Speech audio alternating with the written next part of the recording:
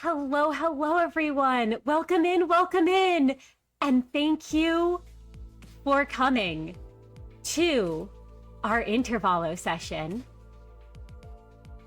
The managers had set out on the search for a Golden Bough in V Corp's District 22, only to find themselves wrapped up in a wellness checkup for fixers overseen by the Hana Association. It was expected to be a quick detour, but turned instead into a bloody, brutal affair, leading to the deaths of many of the fixers there, looking to rise in the ranks and carve their own paths for the future. As the managers finally leave the site of the fixer assessment, for the first time in 24 hours, they can breathe freely, think without stress, and act without fear of reprisal. The silence is deafening in the tiny RV, as each carries a different burden from the hell they were forced to endure. Even still, the managers have a single task ahead of them. Find the Golden Boughs, retrieve them. Nothing more can distract them, right? And so, managers, how are you all distracting yourselves from asking how you're feeling? And Miix, we'll begin with you. If you'd like to introduce yourself and let us know how Miix is holding up after what's happened.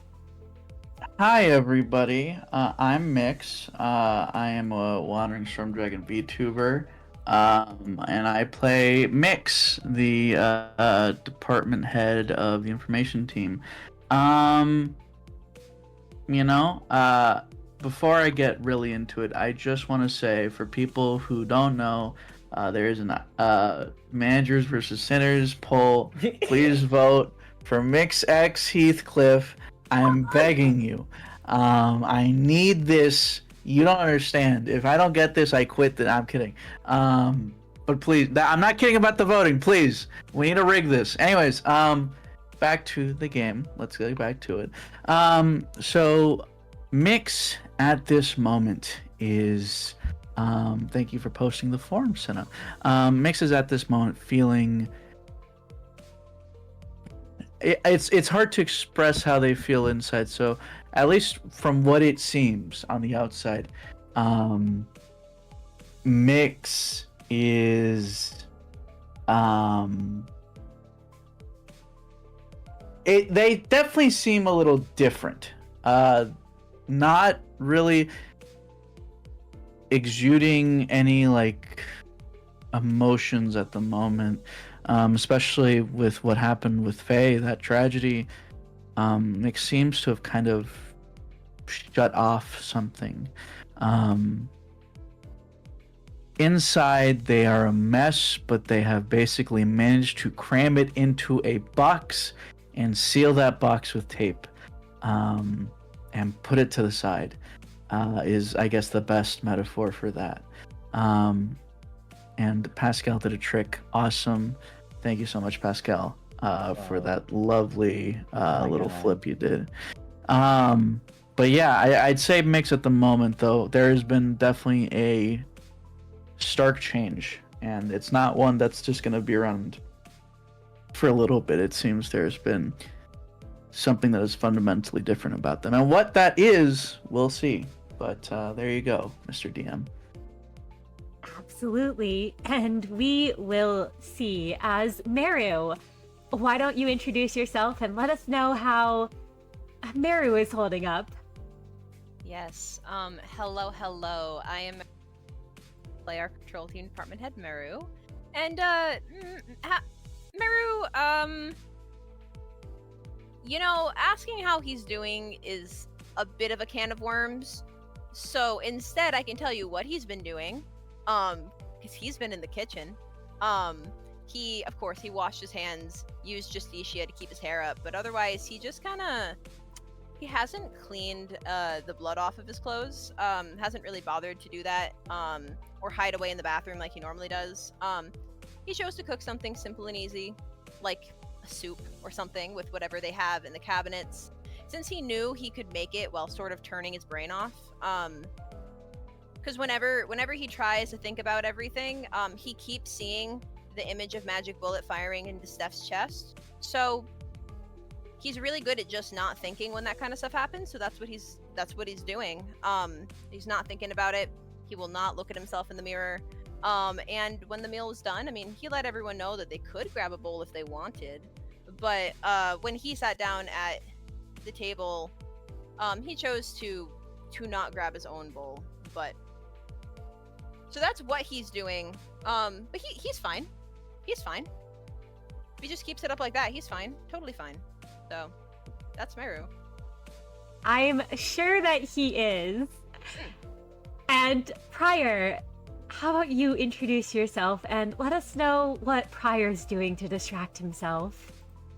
Hello, everyone. I am Prior, playing Prior of the training team, and this whole affair was a terrible tragedy, and it is one that Prior is trying to comfort himself in, both the senselessness of it and yet what small comforts he can from how well he navigated his own trials.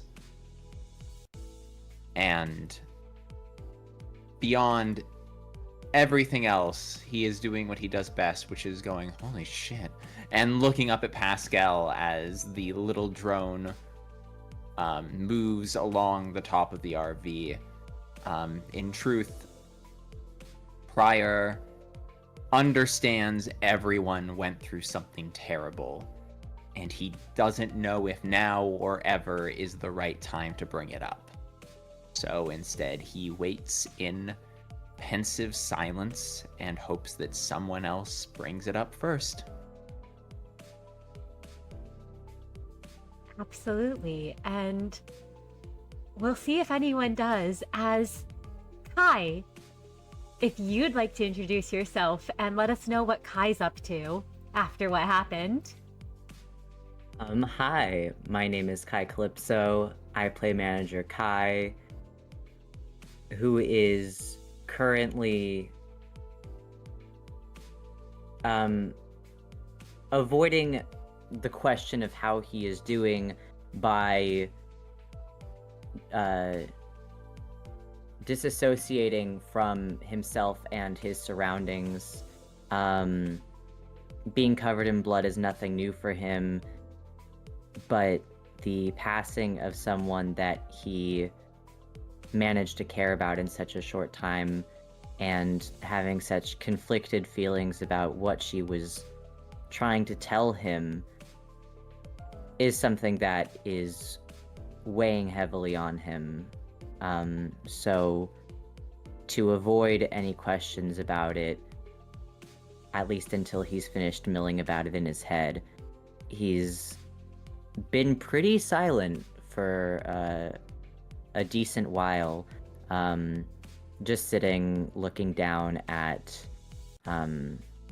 him picking at his nails or the table or the floor, whatever can avoid eye contact with anyone else. Avoiding conversation.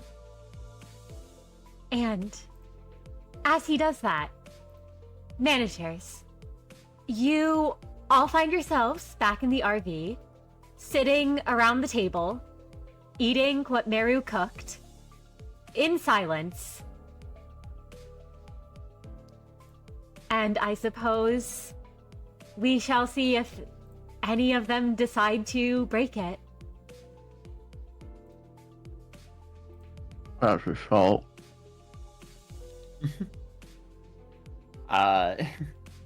Prior was hyper waiting for anyone to say anything. Unfortunately, it's not something that requires much response, so instead he kind of looks at the salt, and in an attempt to not have the RV fall back into silence, he kind of goes, "This salt?" Do we have other salt? Only bought Prior one has kind of noticed. salt, dude. I mean, I guess we have garlic salt. I guess there is other salt. It is nice. Prior Prior grabs the regular table salt and slides it across the table towards Miix and leans back, rubbing his brow. Thank you.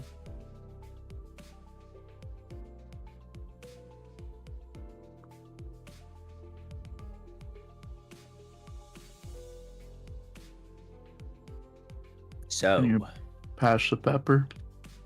yeah, absolutely. Whew.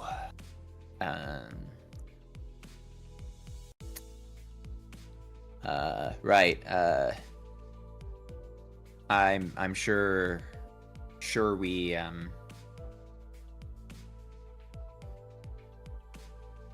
wow. It feels like we have a lot more space here in the RV, you know. It's a lot more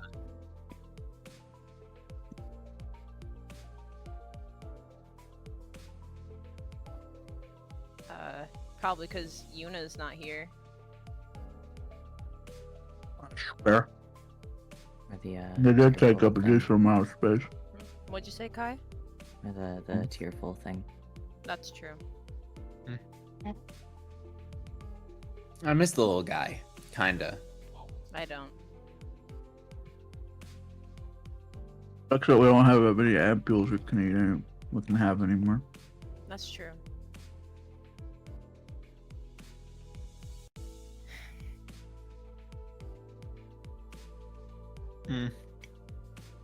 Prior can feel the awkwardness radiating around the table.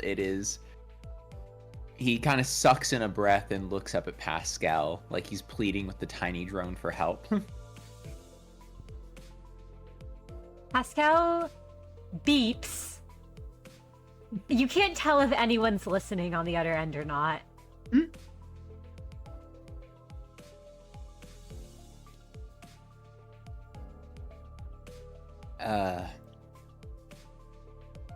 Still, never thought I'd be in another room with a bunch of Hana members ever again. Yeah, well, I guess that's the way crooked criminals. Not a good experience. I would not. No, it Go through that again. didn't leave a great impression. Pretty bad impression, I'd say. I think their recruitment methods definitely need some work. I guess it was all an investigation in the end. At least if we believe what Abraham was saying. He ended up just getting scooped up in the middle of a couple syndicates doing their business.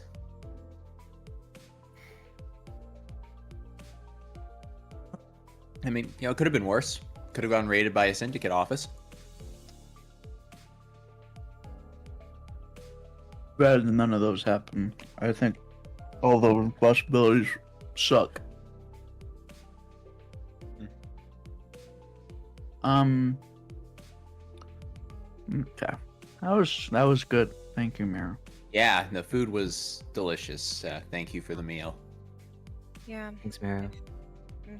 You want There's seconds? They're not there. Don't have any. Does somebody want the salt and For pepper? a moment, I was. Prior will take back the salt and pepper and say, for a moment, I thought you had made enough for all of us to have seconds. No, I did. You're just not having any. Saving it for another tomorrow. We don't need to have seconds, so. Yeah, no, I guess we don't. Right, I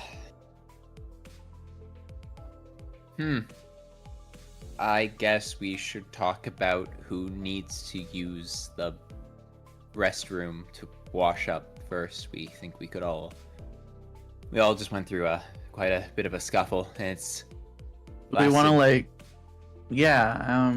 I think that's fair. Who were you thinking? I can't imagine who you would be talking about, Prior. Prior looks at Merru. Merru stares back and is like, I mean, you have your towels now. If you want to shower, go ahead. I don't care. Merru, You're covered in blood. have you? Yeah, you might want to look in a mirror. Unless I'm misunderstood, I think Merru. Yes, Meru, would you like to describe how you look at the moment, given the events? Yeah, no, he looks kind of like how Kai normally does, which is covered in blood. Kai is yeah. not perturbed by it. Yeah. They're both covered in probably equal amounts of blood, which is normal for Kai, abnormal for Meru. And yeah. Meru, I will say, you don't remember much, I imagine. But back then, during the round, for a moment, if you look at your prosthetic hand, which is coated in blood, you swore the usual light from it had turned a yellowish color and gleam in the heat of the moment. That's crazy. That's crazy. Well, Meru, when it's bluntly brought up that he is in fact covered in blood, he'll kind of just glance down at his gear and then be like, "Yeah, no, I know I am. Glad to see your eyes are all working. I washed my hands when I cooked." No, that's not the issue. The issue is you're kind of getting blood. You might get blood all over everywhere else. It's drying. I don't think it's an issue. Yeah, you guys let Kai do it all the time. I don't like it when Kai does it. What? Yeah, I feel like if cleaning up is a.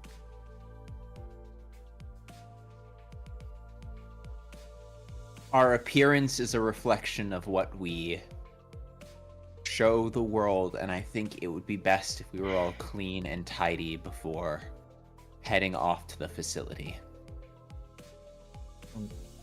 Okay.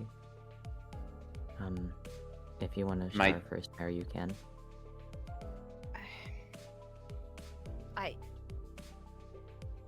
I don't think you have to. I would. Will. Thank you. I'm not doing it right this second. I will.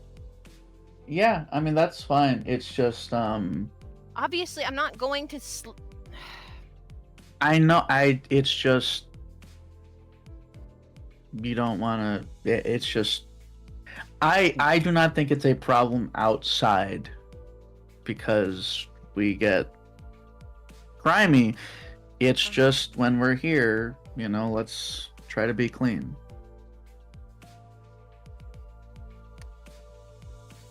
I think we all just want to move on. Yeah. I will do that. Not doing it right this second, though. Okay, Yeah, I'm sorry. I'm going to... Pryor doesn't want to bring it up, but he has to. Pryor says, how did you even get covered in that much blood? Magic Bullet is clean.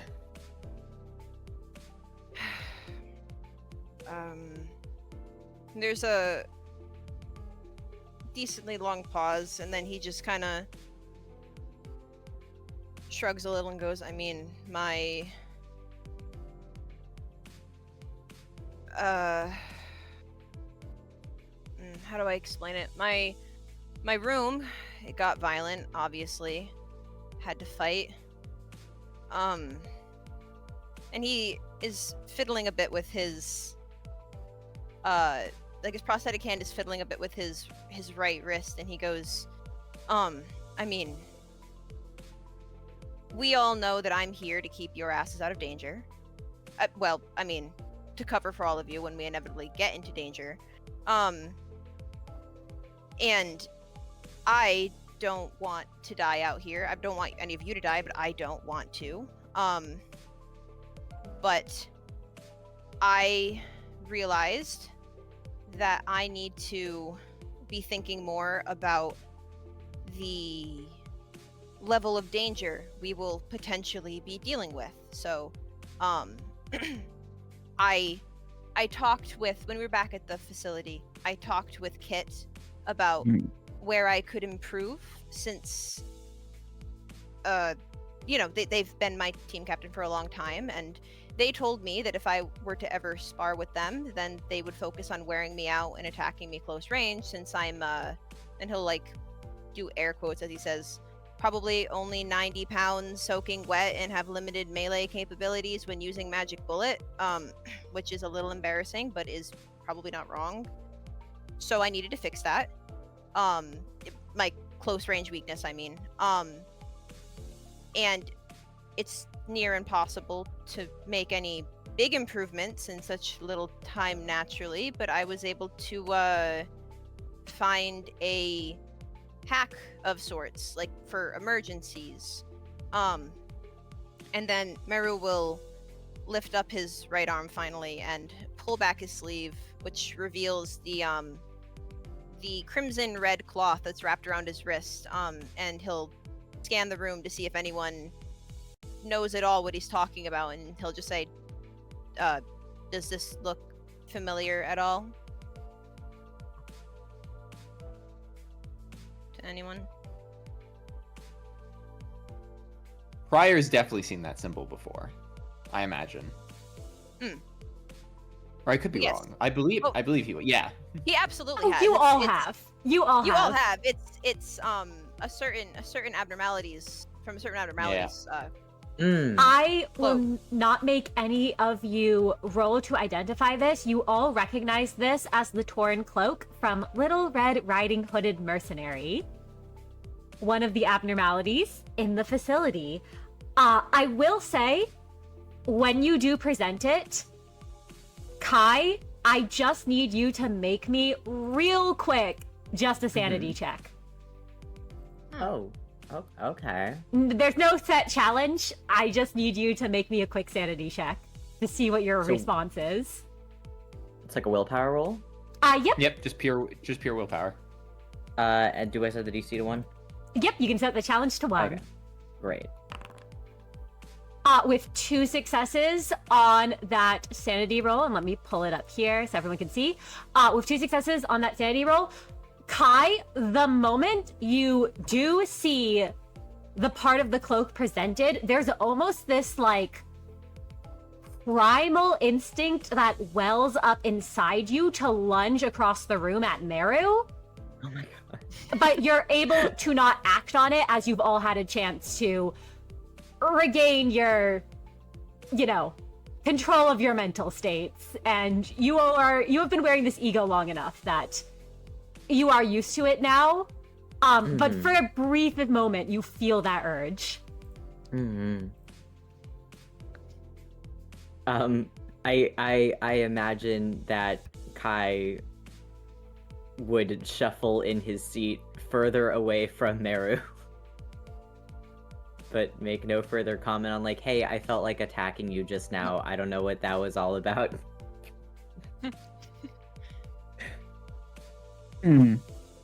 Oh, and he'll like dig his claws deeper into the... Are they sitting at the table, or are they just standing around? They're sitting. They're sitting at the... Okay, yeah, then Kai will dig his claws deeper into the booth.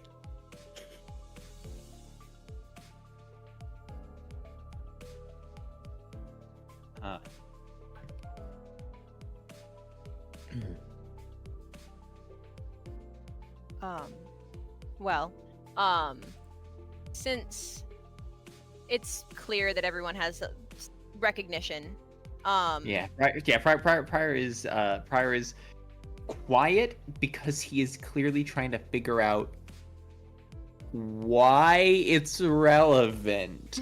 Like, you can see in his eyes that he's like, so you got another... Actually, he will say out loud as you say that, he goes, I don't see what the ego gift would... It's not an ego gift. If she wanted to give me an ego gift, it would have been some kind of mask, I think. What happened... else? Go ahead. I'm getting there. A long story, okay. When I last visited Reddy, she, I guess, offered me, you could say, a hand. I needed help with some things, and she provided a simple solution, which I appreciated. She, how do I put it? She actually offered to spot me since I didn't take her up on the offer before. Said she could even help me outside of the facility, even though I know she can't just appear like Queenie or Freyschutz can.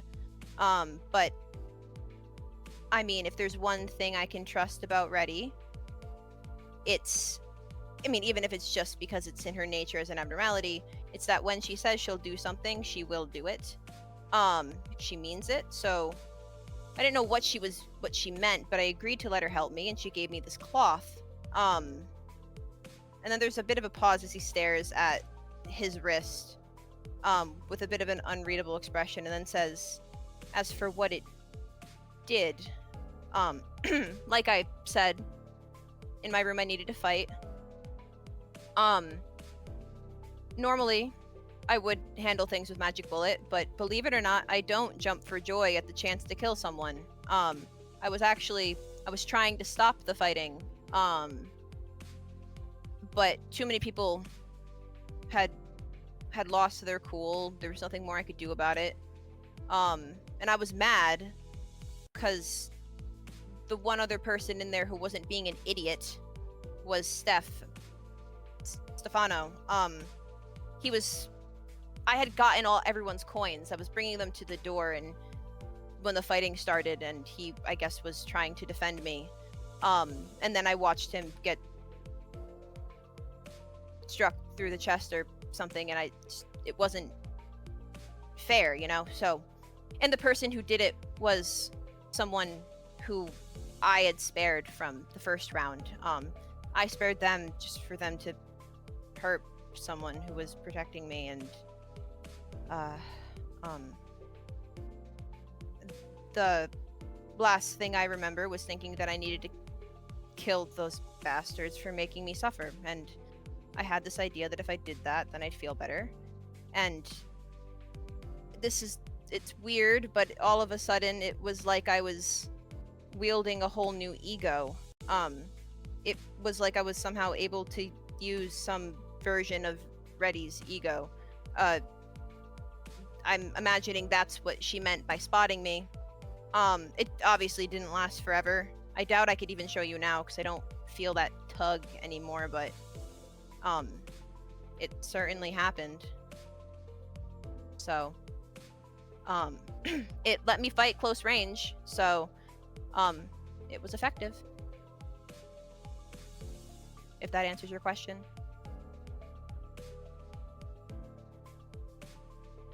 It answered one question, and it clearly created like 14 more. Goes. So, like a corrosion, it manifested the gear onto you? I guess so. I suppose that's a good way to put it. Interesting. It was just like I was wielding the ego for a bit, and then it was gone. Fascinating. So, I consider it as an emergency upgrade. Obviously, it's not a replacement for me trying to become better at the things I'm weak at, but for now, if I need it in a pinch, it certainly worked. Merru, I will say, as you're recounting all of this as well, you know that you're not quite sure how you got it to work, as you had mentioned to the others the fact that you don't know if you could demonstrate it now. And you also have noticed there doesn't seem to be a reaction from what she's given you at seeing Kai, nor has there been so far. That is all I will add. Just a little bit of information for you. Awesome, thank you.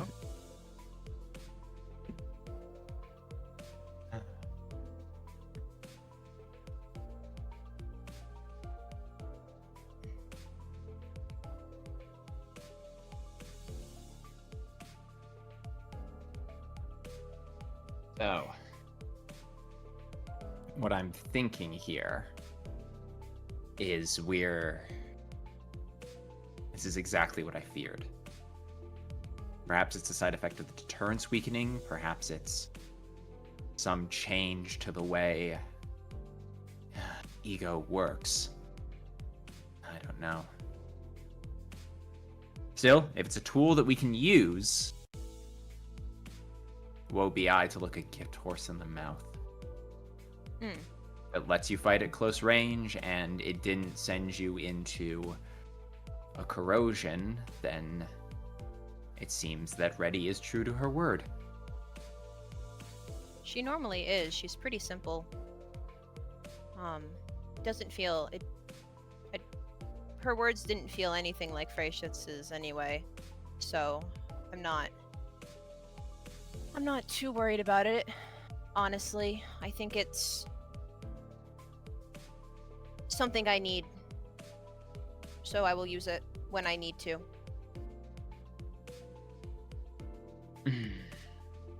All right.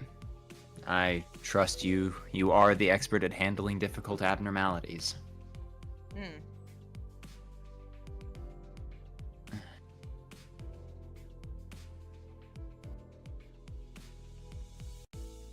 Thank you for letting us know. Next time I see you do that, if I do see you do that, I won't assume that you're corroding and tell Miix to shoot you 4 times in the back of the head. Right. That would be bad.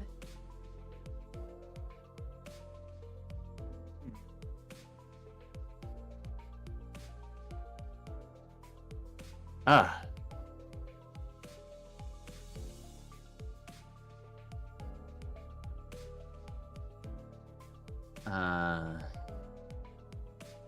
Well, it seems that we all survived a difficult situation. Yeah.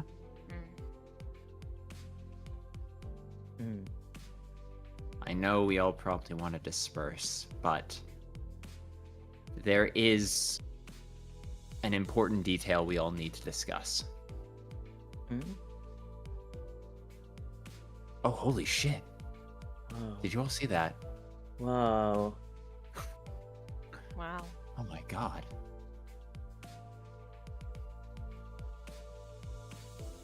What was I talking about? Something important. Very important. I mean, if Pascal distracted me, it couldn't have been that important. No, right.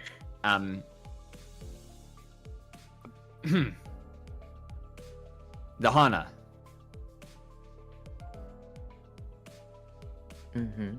What about them? It's not just the Hana, the she, the whole affair, everything that happened.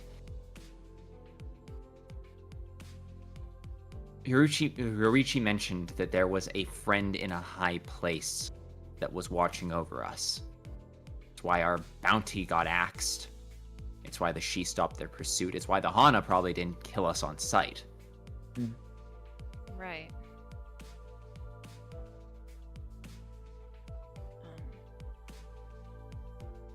I have no fucking clue who they could be talking about.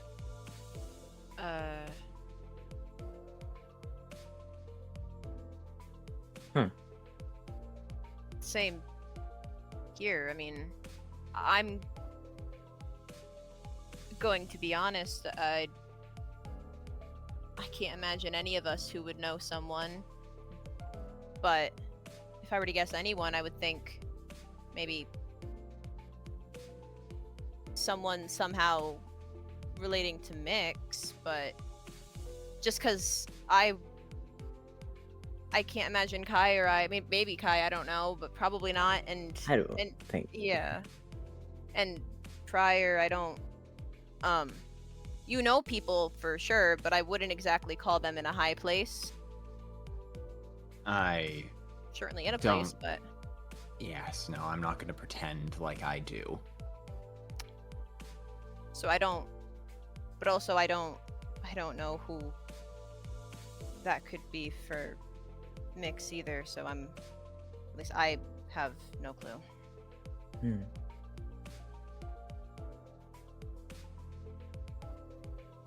Miix, do you have any clue who it might be if it is you?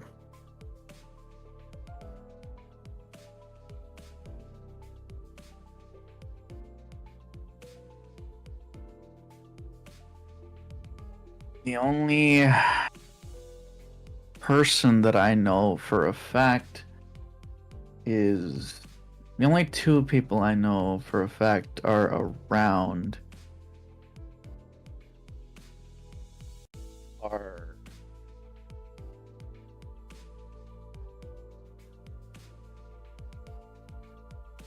head butler and Leon, and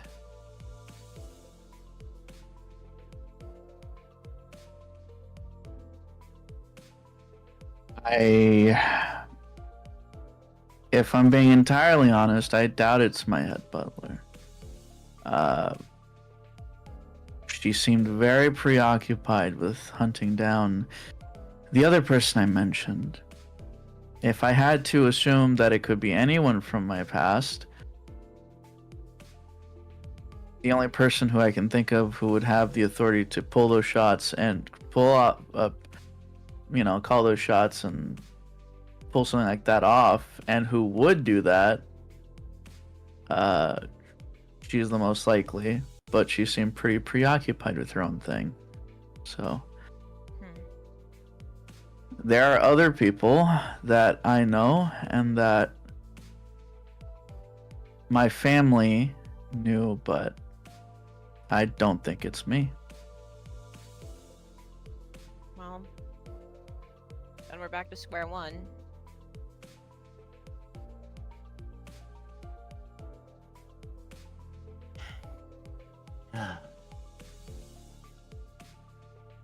Wait.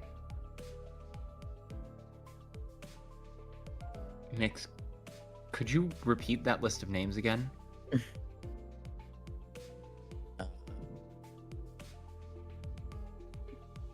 My head butler. When would you have? And Why would you know Leon. your head butler? Why what? Chief Butler? Call her that. You just did. Yeah?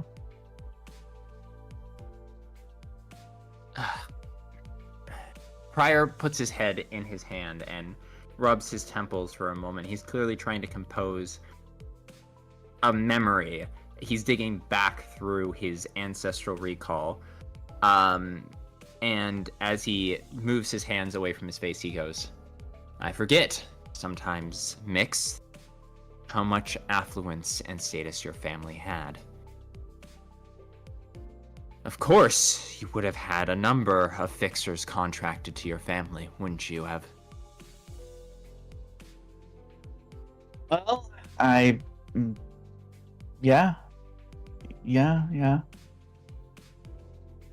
Quite a few. No, go ahead. I had a I guess we never really did talk about this. I had someone I knew, and I know I mentioned it before, briefly, but I ran into someone from my past, and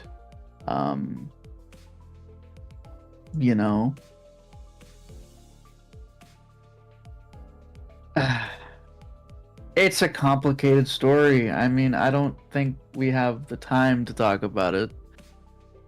It would take a lot of explaining, but the sum of it is that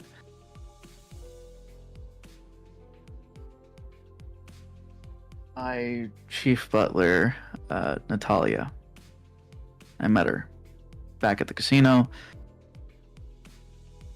and I learned that she was actually hunting for a different butler that was in service to my family.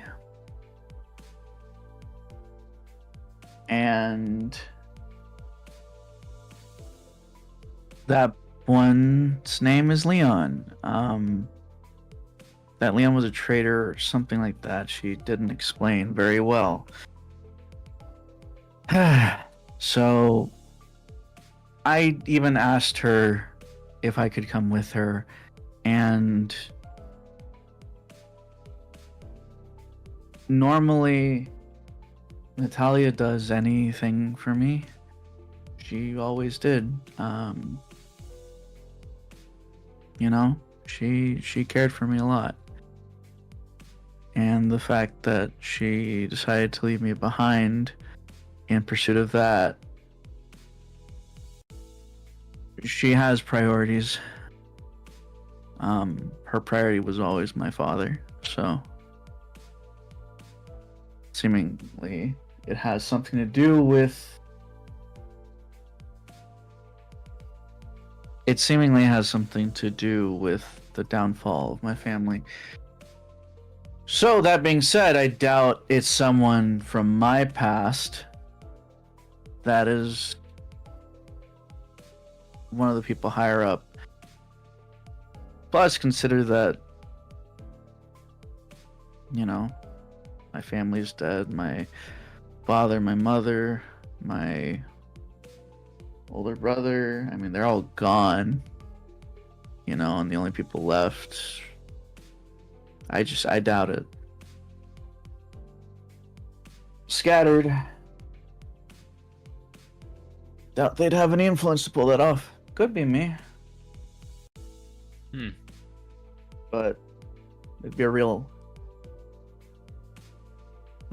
jerk to not show themselves. Miix says as they grab a little snack.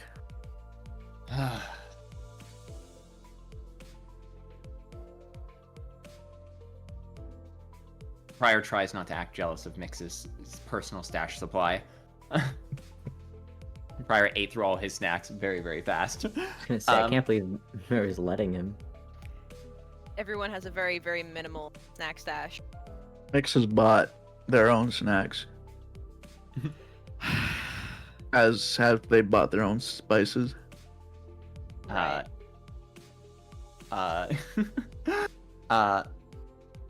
Prior finally just puts his hands out and says, regardless, I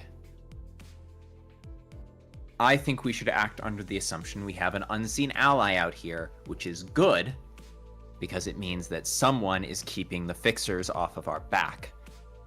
But it's bad because we don't know what they want from us or how closely they're watching us. Yeah. Right. That's a No, good point. it's when Prior says this, it's almost like there's something that clicks in Merru's head, and he goes, "Wait, if I've been keeping watch like every night. How did I not know?" Perfect. You might have missed something. That's not a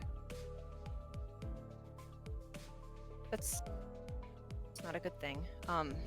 They would have to be very good for Merru not to see them.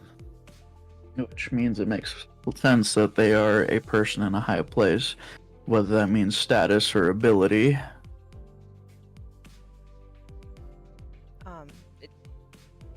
It's very clear that Merru is now quite bothered by the fact that now that he's realized there's someone out there that he has not seen through every single night that he's been keeping very close watch on his surroundings.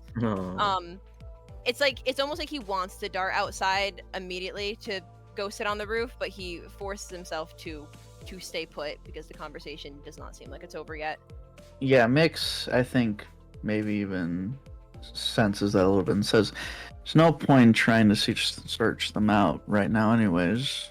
If they wanted to do anything to us, they probably would have already.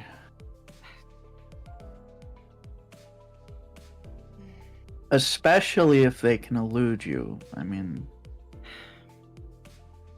I guess.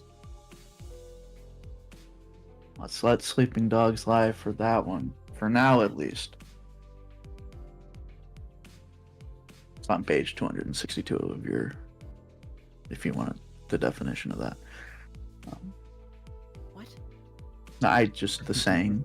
I didn't know if you'd known it. Prior actually lets out a small chuckle at that. And rising up, he goes, "We'll try and have to keep an eye out for more information. If we learn or see anything about this figure, we're gonna have to pursue more. But for now, let's count our blessings that someone has a vested interest in our success."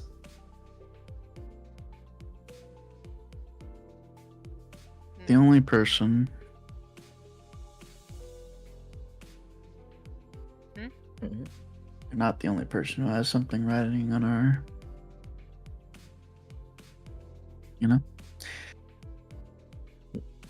What? they're not the only person who is placing their bets on us. True. Hmm.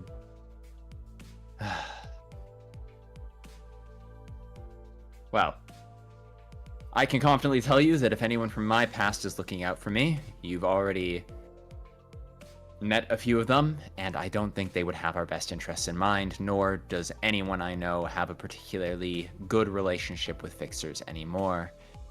We'll work under the assumption we have, and hope we continue to run into favorable figures from our past. I'm glad you all have friendly relationships that might still be persisting.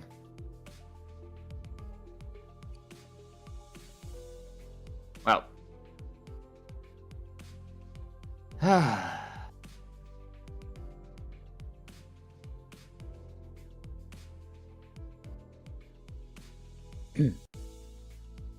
Oh, it's good talk, everyone.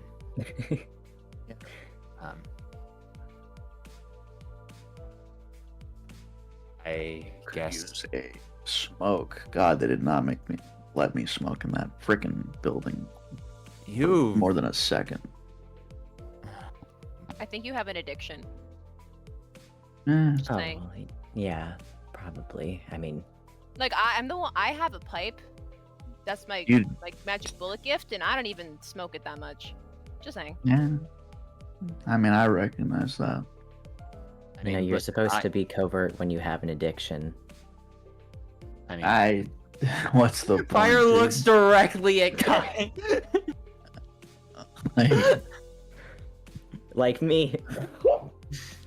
I don't know. I don't think smoking is the worst thing one can do in this city. So I think it's fine.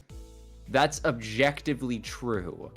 But that's like saying chopping your own arm off isn't the worst thing you can do in the city. It's not an invitation. Well, let's see what'll get me first: the cancer or something bashing my head in. Place your Look, bets. all I'm saying is that curing cancer is very expensive. Okay? I do it for free because I am already a tumor. The rest of you What? are going to have a much harder time. I mean, we have would the Could ampules you- not help with that? Could I you guess- do I guess we organ do- transplants? Like, can you just be an organ No, harvesting? that's a very important. My organ, I guess you all haven't seen that. So all the organs are connected to me.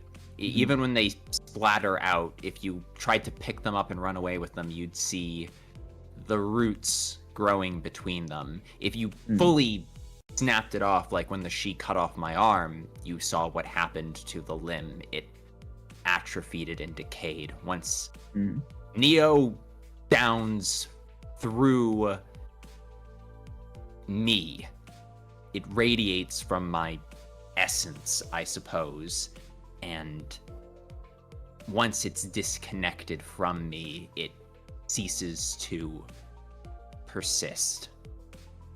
Does that go for your blood too? I don't know. I assume so. Would make sense. I'm a There is not a single shred, I'm sure, of the original form I possessed other than the gray matter that makes up my brain.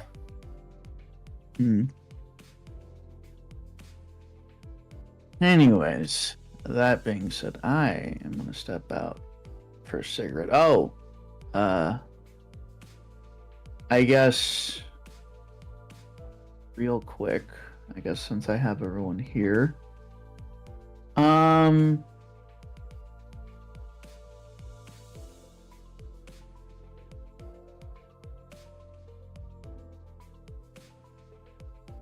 yeah, I'm sorry for all the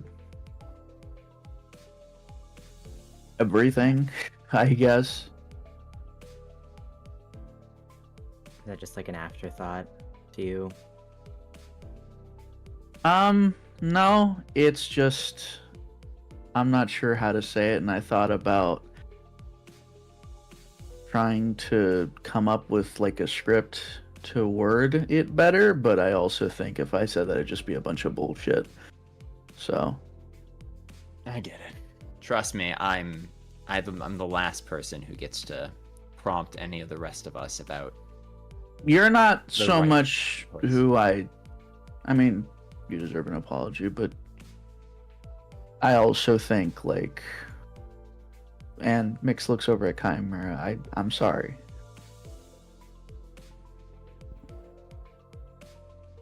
I've been pretty not great, Yeah. but a lot Yeah. of it is my fault, and like, you know, Mm. I think you guys deserved better than that, and I fucked up a lot. I'm sorry about that.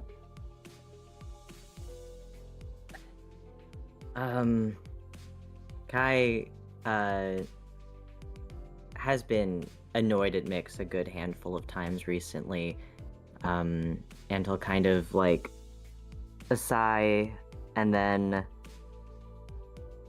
look up at Miix and say, okay, I can forgive whatever you said or done to me, but I've also just seen you be like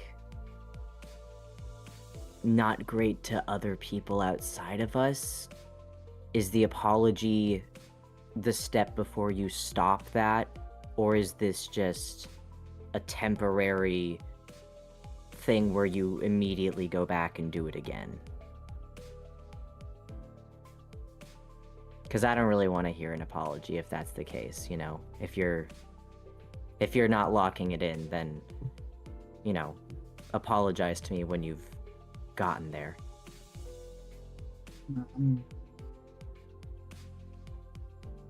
I'm pretty sure I'll be fine moving forward.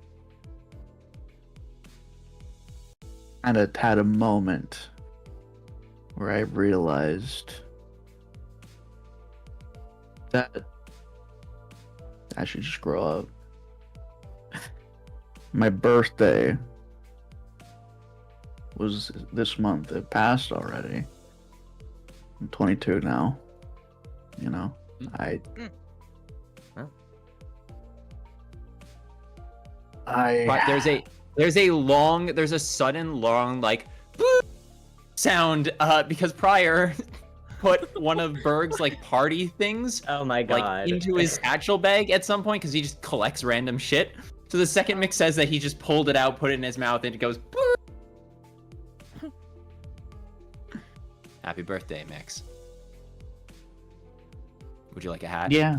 No, I don't want to have, but I I'm not appreciate making the it. cake. I just want putting that to. out there. Honestly, I just want to go smoke a cigarette, and you know. But like I said, I'm sorry, and I'll be better. For your You know. birthday, I'll forgive it.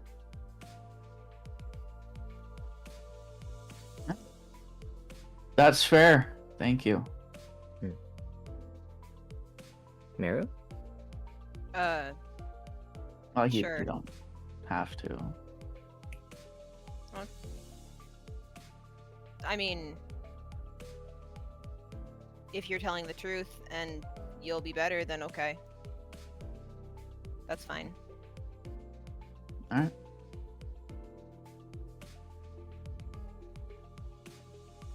Just Go enjoy your Siggy mix.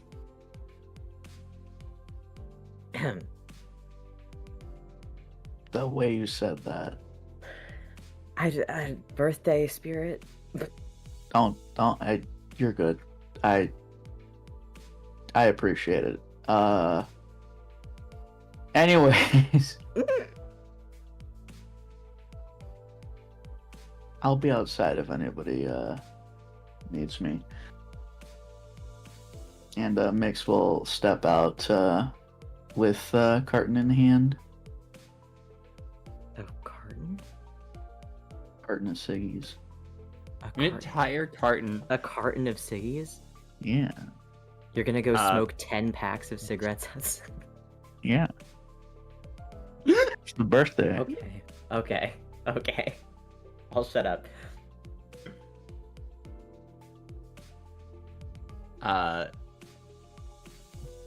As Miix leaves, Prior just blows the saddest little on his little horn, and then he goes,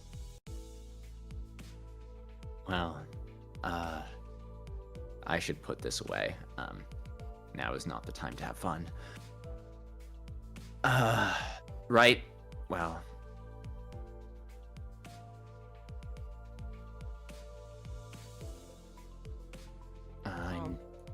you should go wash up. Yup, I was about to do that.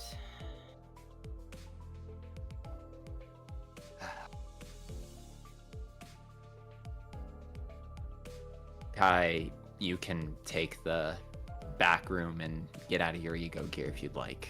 I'm gonna go. I'm just gonna take a minute, then I'm gonna go check on Miix, alright? Yeah. Yes, sir. Whatever. Kai's still feeling embarrassed from whatever the hell that was with Miix, so he's just gonna shuffle out of the room.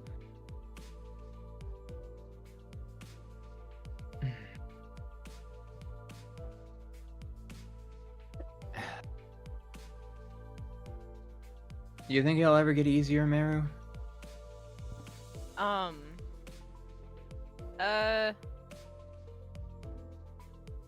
I try not to think about that question. Yeah. I'm guessing you don't want to talk about anything that happened.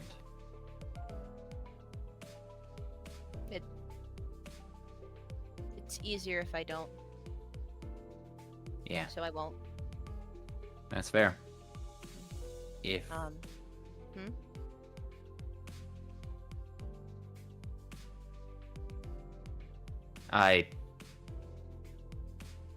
I mean it when I say I'll tell you that story soon.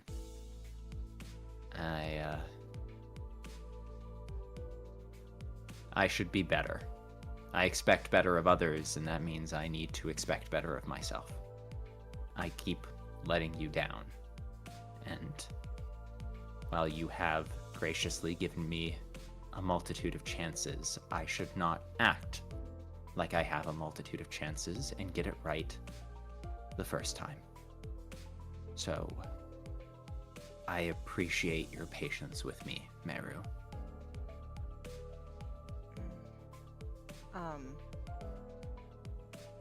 And Merru's been kind of tense. I think at hearing that, he kind of, you can see him relax just a little bit as he stands up from his chair and he goes, well, I will hold you to that story then. I will remind you. So. Thank you. Right. I'm going to leave now. Right. Have fun washing. Oh, I'm going to go check on Miix, and he's gonna stand up and walk.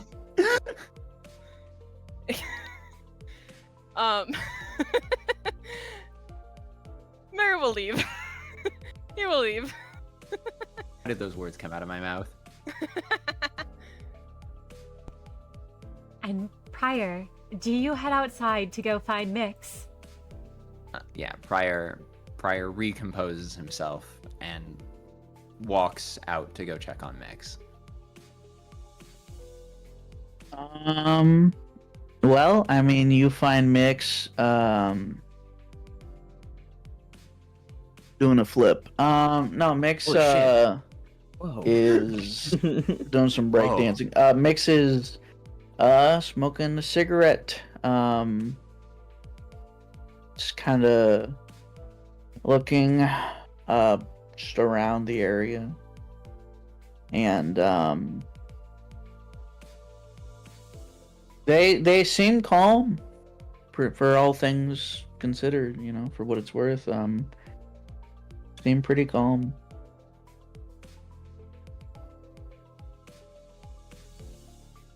Beautiful day outside. Yeah. Pretty chill. Nothing crazy. You know. It's nice to have a cigarette. Do you want one? Can't kill me. Yeah. And Miix will hand a cigarette to Prior and light it for him.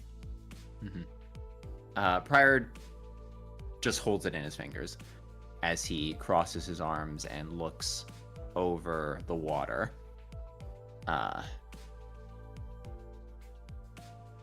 I'm not used to being around scenery this nice.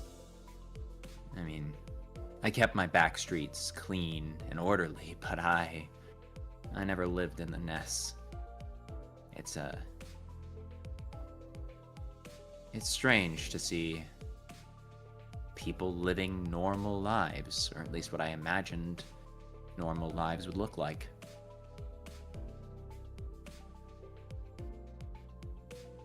I can see how that would feel. Shoot, feels weird to me. I mean, just holed up in the facility for so long, and then everywhere we went, it just feels like it's been a pretty long time since I was able to just stand here, you know? Be normal. What was it like? Living in a nest.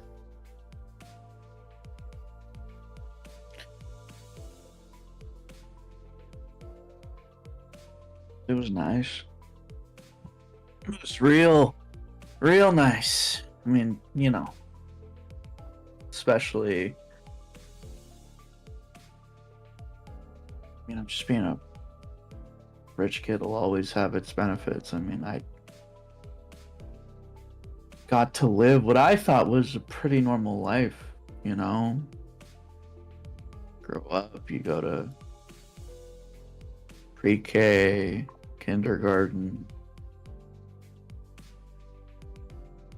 you know, elementary school, all that stuff. You know, at least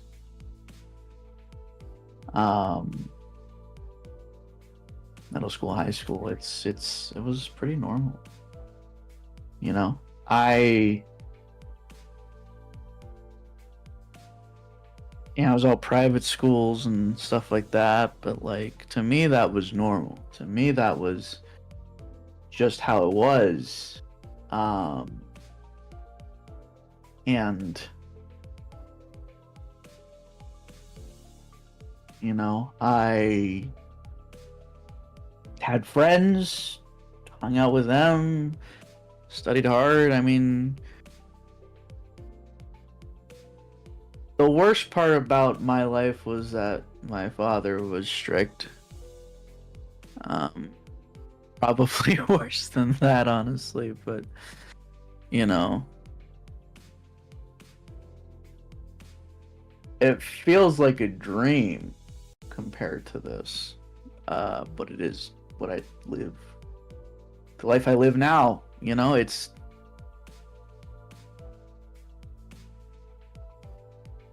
I had a big room, man. I had a big room.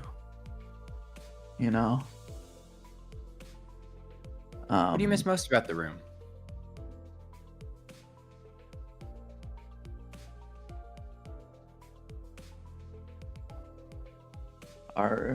Our house, mansion, more like it had this huge garden. It was, I mean, it was beautiful. It was beautiful. All kinds of flowers, and plants. You know, the butlers, you know, they maintained it really well. I mean, it was, you know, something to see. You know, it's like a little deck that overlooked, like, it was just like this tiny thing, but it was like a natural little waterfall, quote unquote. It came from a small river, had a little pond with fish. There was you know, this little like area has like a meditation area, you know.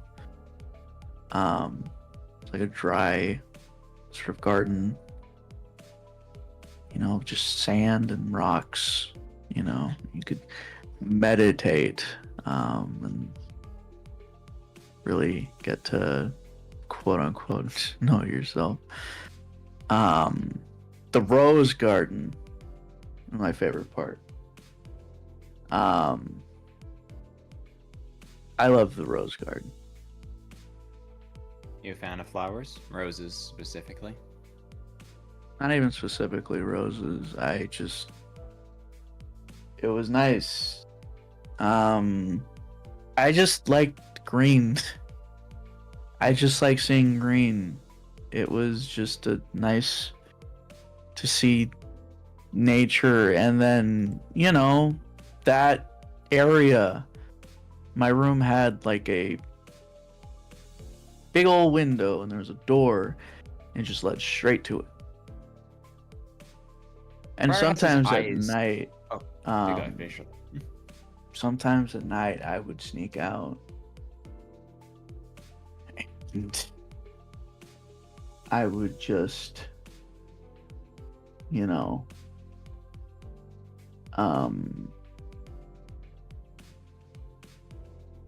I just be there.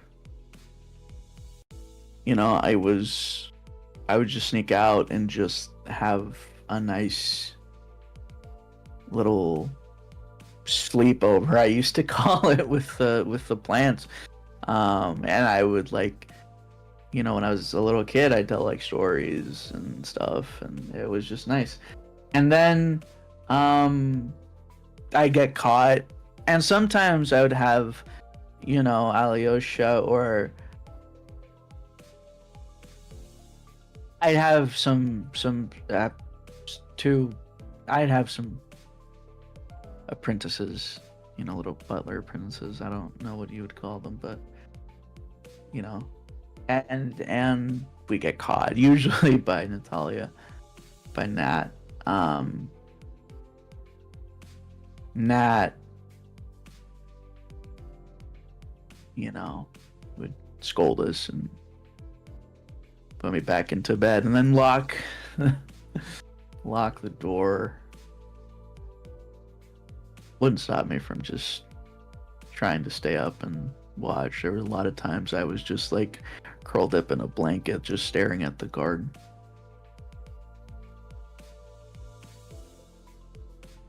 You know, that feels like a long time ago now. Briar has his eyes closed as he's trying to clearly in his own brain assemble less of a map, more of a recollection of an event he wasn't present for. And when he opens them again through very sympathetic, as soft as he can manage eyes, he tries to meet Miix's gaze.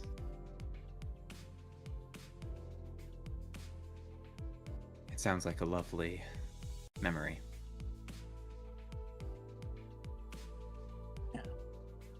Is that what you're fighting for?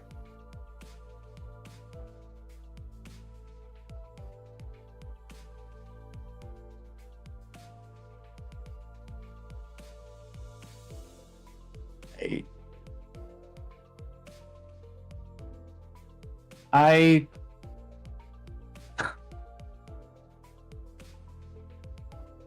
it was at one point, it was. I was fighting because I thought that city should be more like that, Yeah. It'd be a lot nicer. I thought that people, if they just were able to experience that they would be better. I thought for some reason, I thought that maybe that was what was missing, was just like not even just like a garden, but like, I thought if everybody could be given a chance, if like the city was a lot more like how it was for me then things would work out, like the stories. And it didn't work out that way, And it took me a while to really understand that. 'Cause, I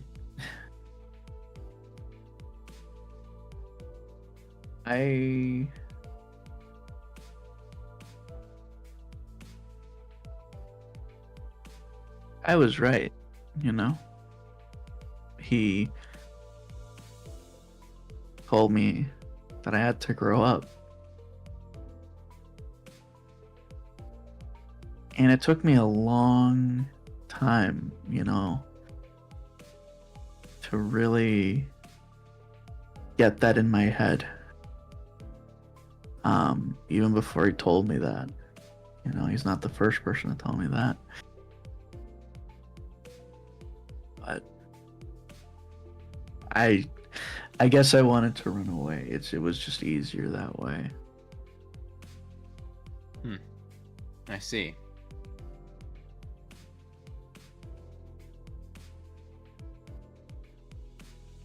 No, he told me something. He said that he asked what happened to the me from before. Ideal, naive, kind of annoying.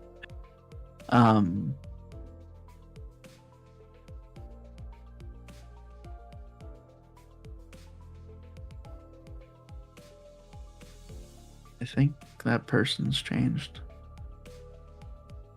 I don't know if I could do that again. I think I kind of just have come to a realization like, hey, this is just how life is in the city. It's hard. You gotta be cutthroat sometimes and gotta do what you can to keep yourself moving. And I was already playing by its rules before I even realized. So it's kind of just this sudden like, damn. This is how it is, My soul knew. It just took a while before my mind caught up, I guess. I can understand why you'd believe that.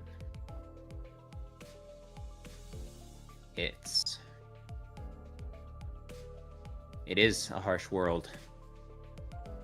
It's why, in order to get ahead, you need resilience. You can't just believe in things for the sake of believing in them. There has to be some foundation behind it. A philosophy, a moral, an idea. I do think you're a good person, Miix. I think maybe you're just starting to understand that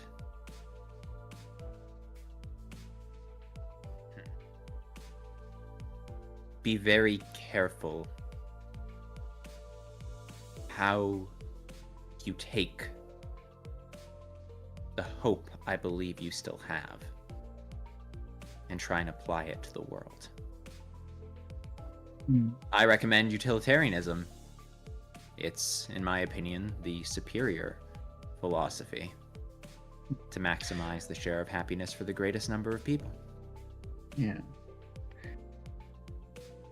I think it's fair. I just, I'm just kind of tired of ideals and dreams at this point. They're nice, but they don't put food on the table. They don't keep you alive. It's correct that they don't. On its own, a philosophical moral framework does nothing. It is as valuable as a piece of paper. But pieces of paper have toppled empires and crushed dynasties. It's all how they're wielded and utilized. Only food puts food on a table. But it's people driven by those hopes and ideologies, that make the food and bring it. Maybe. But, I just think that, I think for now, I don't know if I need that. I don't know if that's what I need. I think it's better to, at least just for me, to just focus on getting through, I'm not a 100-year-old man. Hey, don't undersell my age, youngster. Oh, right, 2000. Sorry. Oh, okay. Let's wind it back a little bit. I'm not in the old folks' home yet. Uh-huh. If I appreciate you checking up on me, I'll be fine. Genuinely.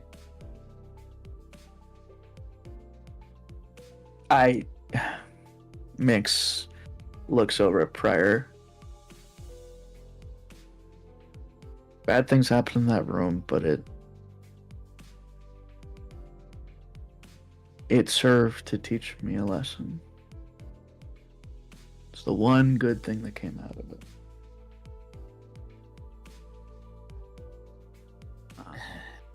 All right. Okay. This is a democracy, and I guess you have a vote for your own well-being and ideology and whatever. Ooh. Yeah, we don't have to do that anymore. I was just being a stubborn. You were exercising your own will and ambition. Yeah. I respect people who have hopes, even if those hopes clash with mine. Well, the natural laws will dictate that the strong and the greatest ideology will cannibalize the weak and be adapted into itself. So long as we obey the Hegelian dialectics, we all eventually find ourselves at the best outcome. To not have a moral philosophy is, in of itself, having a moral philosophy. Miix. I'm sure you will be fine, but don't swim in dark water and not expect something to brush up against your legs. Hmm. That's fair. Thanks for the advice. You know.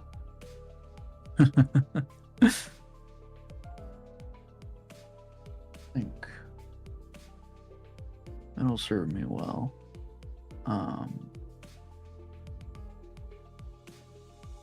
You know, That's all we can do. Yeah. You know,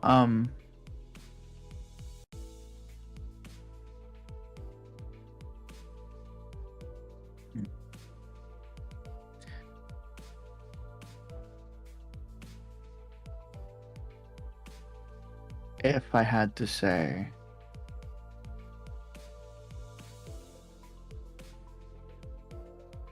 there was a hope I have, it's just being able to see this through. Well, then our hopes will all be met. No more distractions.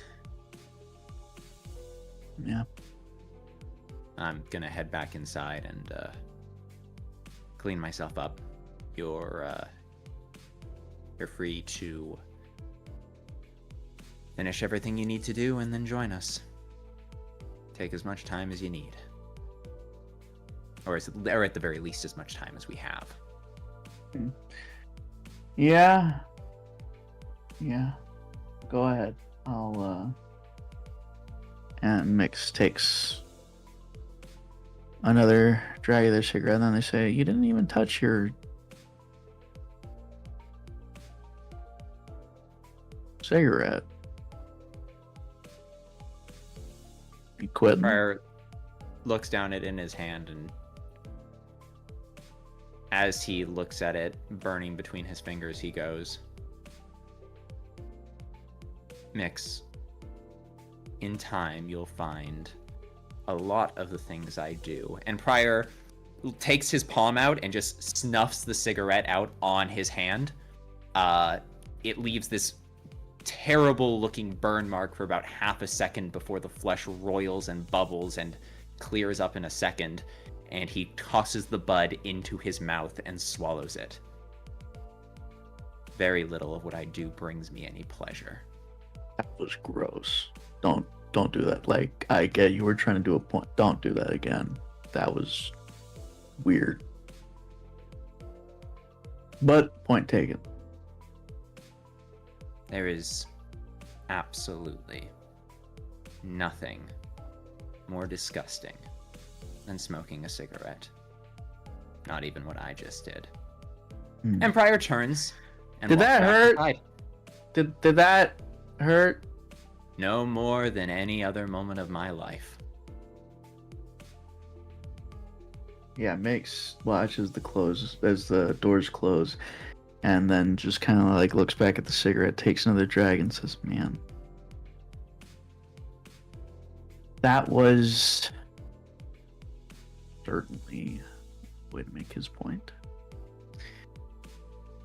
And they finish, it sort of hangs on them for a bit as they finish their cigarette, and they throw the butt, the butt down and stamp it out. They stretch, kind of think about what all that's happened, and then they pocket the rest of the cigarettes and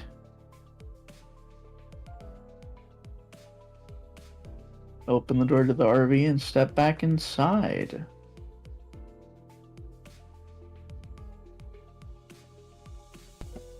And, managers, as you do so and head back in, I think this would be a great place to take an intermission.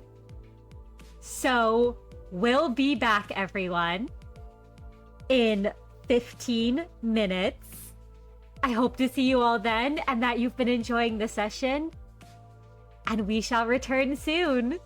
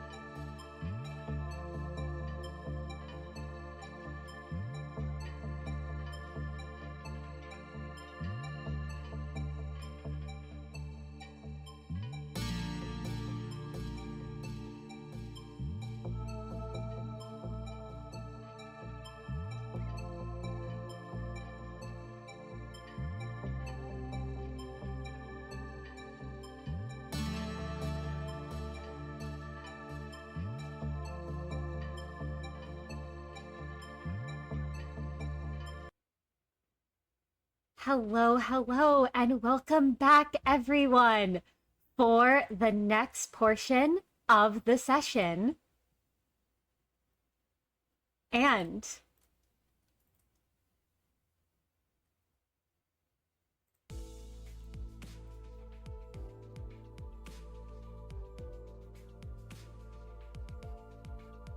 the managers tried to talk around the events of the wellness check. No one keen to speak about what happened to them or what went on in those rooms. Merru did share a little about what happened in his room involving Little Red Riding Hooded mercenary. The managers also discussed who that friend in a high place might be, and Miix confided in Prior about their past. And now the four returned to the RV. The rest of the day passed rather uneventfully until Prior. Can I ask what you are up to at the moment? Absolutely, you can. Prior is currently tinkering, as he normally likes to do when he has just extra time. He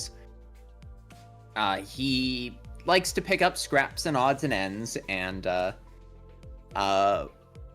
unfortunately, building things for pleasure is a waste of time he just cannot stomach. So instead, he attempts to construct perhaps little gadgets or trinkets that might be of use.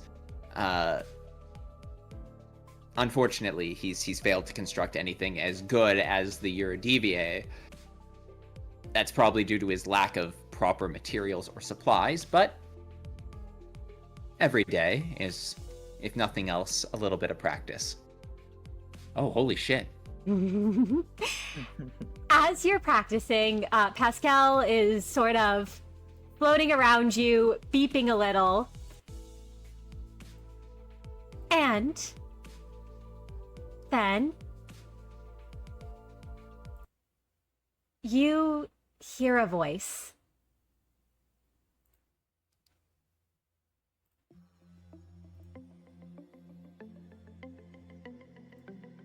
Manager Prior.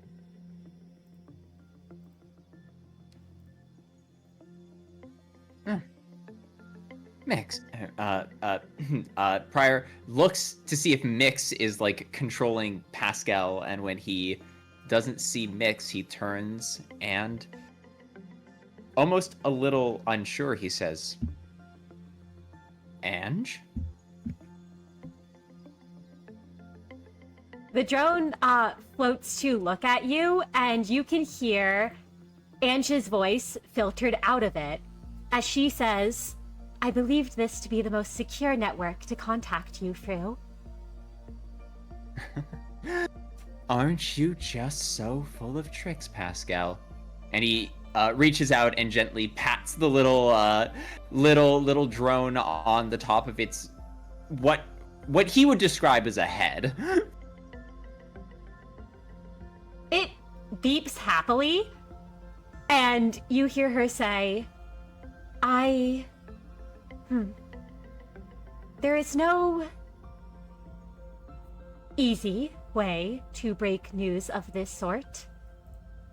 So I suppose I should simply inform you that an agent has passed away at the facility. Oh. Prior's heart drops into his gut. And his hand falters from the top of Pascal and kind of lays in his lap for a moment as his other hand clenches. Oh, business, then.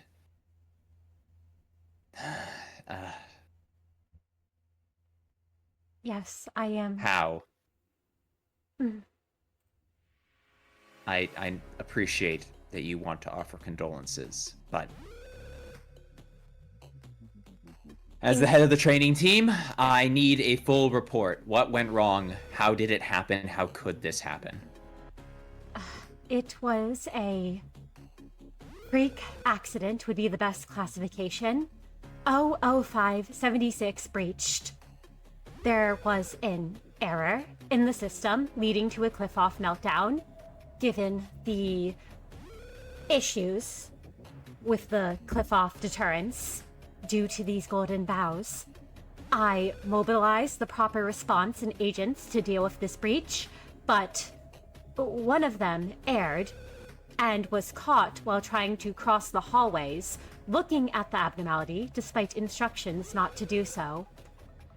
It was one of the control team agents under control team Captain Kit's command in Manager Merru's absence. They should have been more observant and vigilant. I will ensure that all responsible for this are held and punished.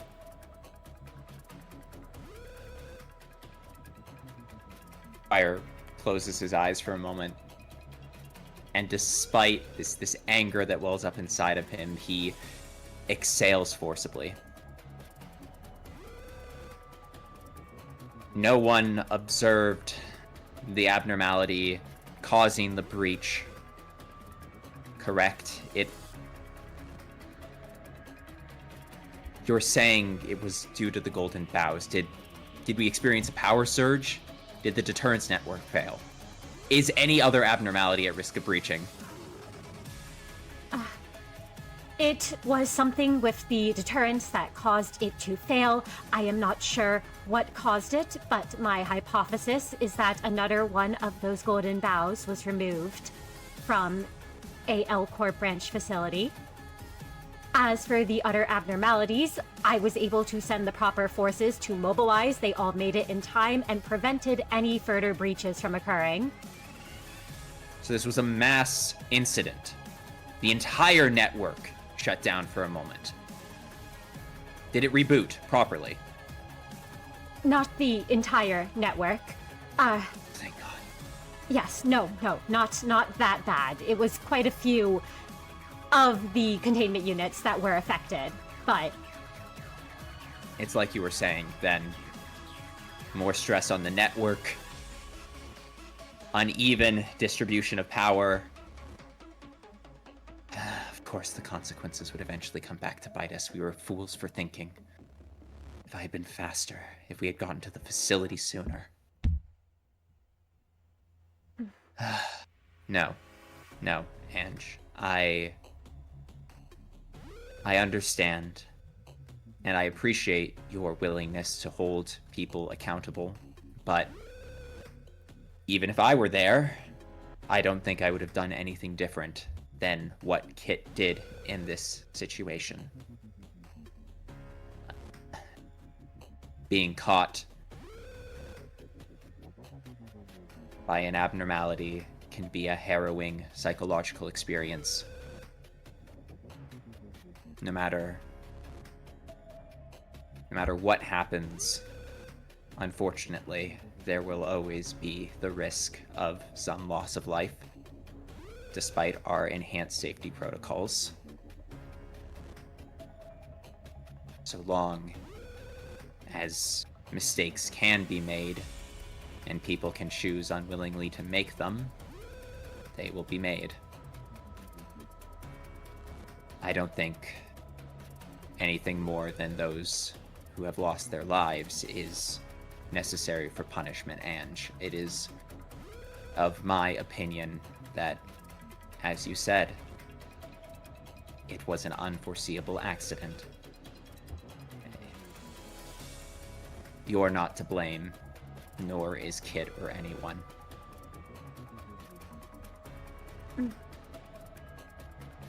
I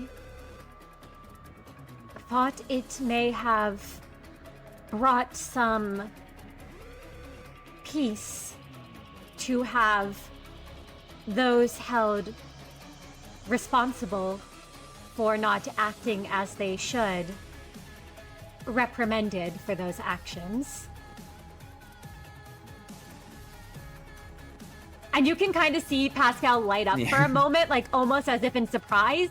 You can't see Ange's face, but you've heard her speak enough to hear those rare moments where there's a flicker of surprise on the AI's face. Yeah.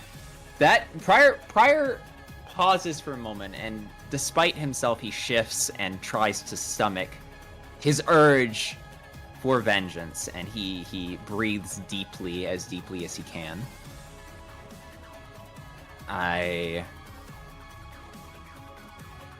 The concern should be on what I would desire should matter less than what's good for the facility.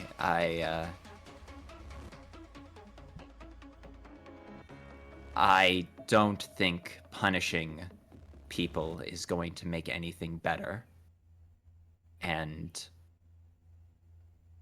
he doesn't he swallows a few words that he doesn't know how to say, and then goes, I appreciate that you are concerned about what would bring me peace, Ange. But I know you did everything you could. I'm not upset with you. You've gone above and beyond anything I could have asked of you. You have been a stalwart companion, a dear friend, and my most trusted ally in keeping the people of that facility safe. Yes, I entrusted their lives to you, but I did so knowing only that you would do your best. And I don't want you hurting them in my name.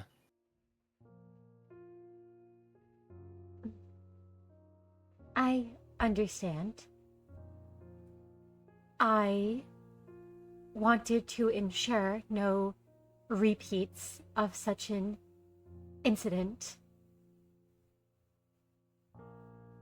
So, that is why I suggested hunting down those who behaved improperly and removing them from our corporation to ensure it would not happen again. However, if that is not what you wish, I will refrain from doing such an action. Well, I don't know if that should just be my decision, Ange. I mean, technically you're in charge, or if you're asking for opinions, there's more than just how I feel.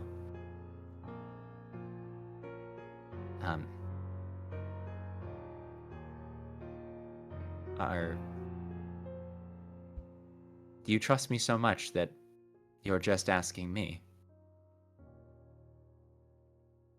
The light on the drone flickers for a moment, a couple of times, and she simply speaks and says, I am going off past data for whose department had the least number of casualties.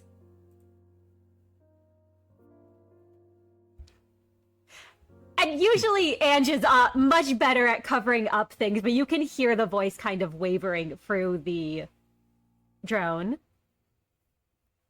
Well, I've never been too concerned with my own comfort.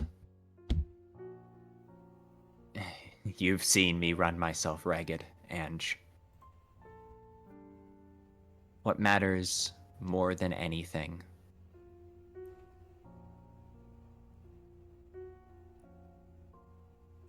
you have the right idea. We need to make sure this doesn't happen again, but the only way we can do that is by getting these boughs and getting it back to the facility. I just need to push myself harder. I need to be doing more. No matter the risk, no matter what pressure.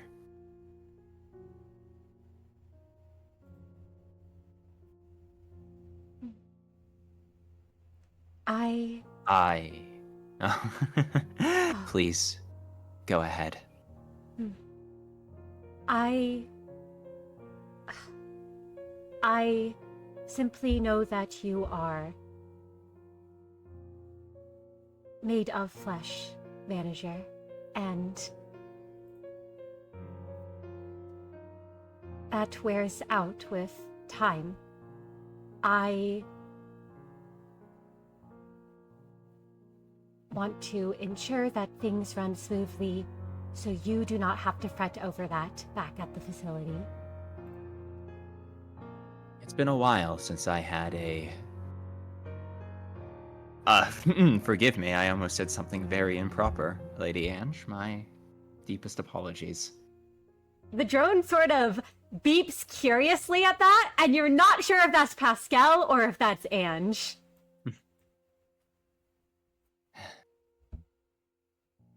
Forgive me for my thoughts. Yeah, I acknowledge that you are a superior AI and your mind works in ways I can't comprehend.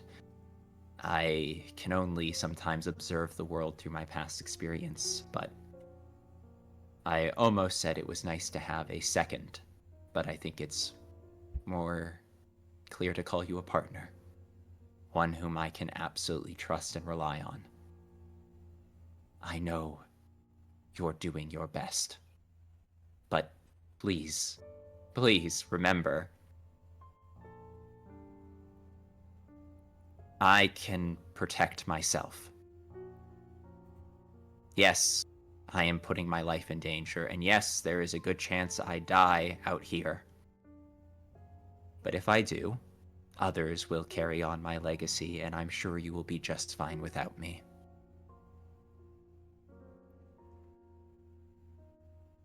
The drone's color for a moment flickers from green to red, and then back to green. As there's the soft whirs of it hovering in the air before she speaks and says, I would much rather we avoid such an event coming to pass prior.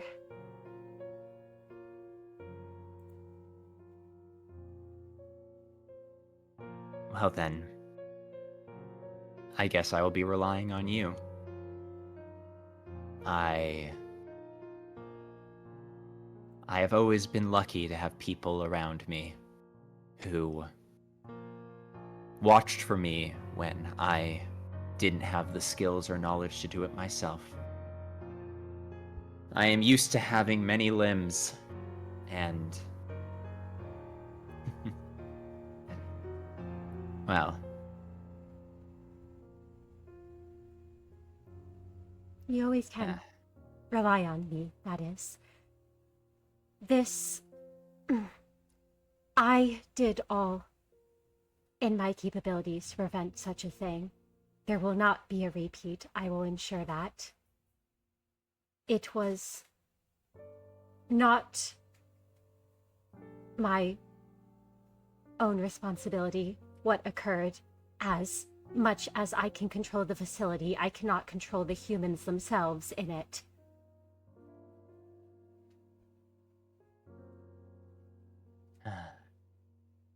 You're right.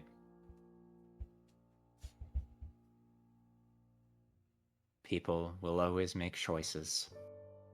And those of us who they trust to look over them are forced to bear the consequences of their choices. That is Prior- very much the case. Pryor stands up and holds out his arm for Pascal to land on. The drone lands on your outstretched arm. And he looks at Pascal hoping Ange can get a good look at his face this close, and he goes,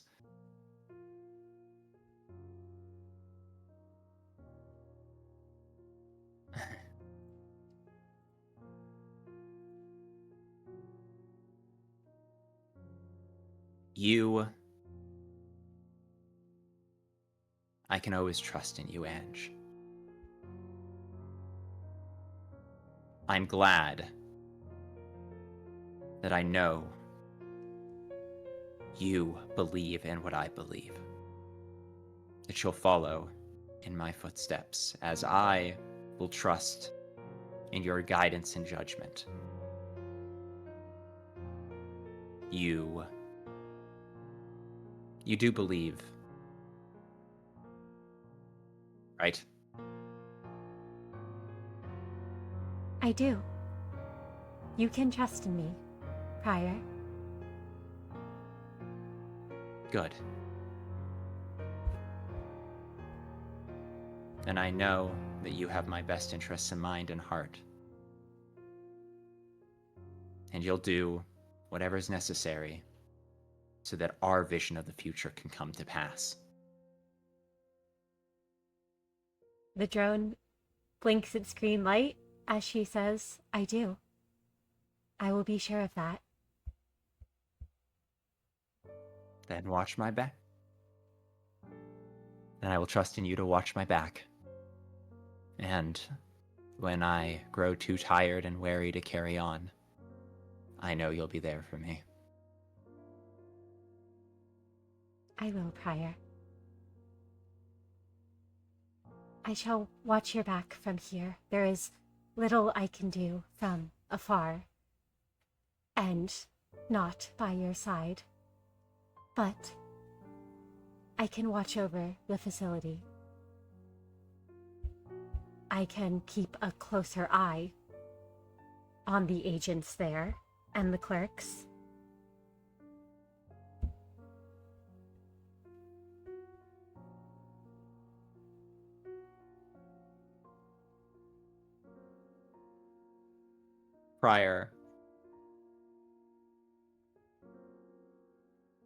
Prior looks at Pascal.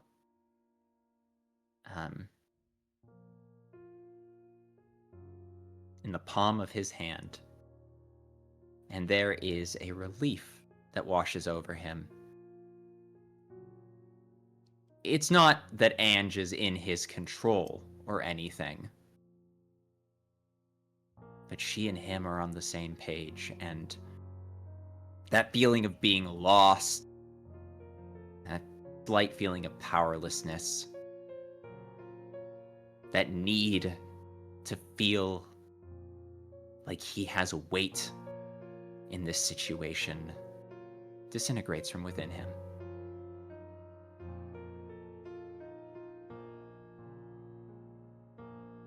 Now that Kai has found his own path, Prior, for the first time since letting go of Kai, feels this comforting sense of having reach somewhere that he shouldn't. Ange's absolute trust in him. Ange's faith in his dream.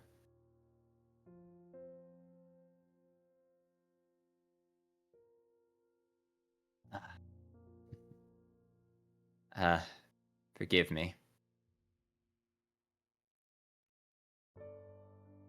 Or what, manager? I'm a sentimental man. I wish I could take your hand right now and thank you, truly thank you, for the comfort you've given me. I will mourn the dead, but it is a comfort to know that the living have you to watch over them. I will be sure to. And the drone kind of flashes green, like, very rapidly a couple of times as she says, I would very much like that. to hold your hand again. uh, well, we'll be back in the facility before you know it, with another Golden Bough in tow. I am trusting that you will.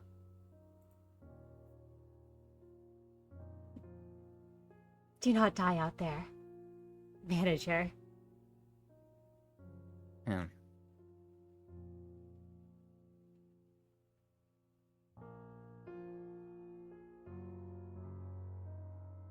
Pryor wants to give her comfort, but a flicker of the knowledge of a dead agent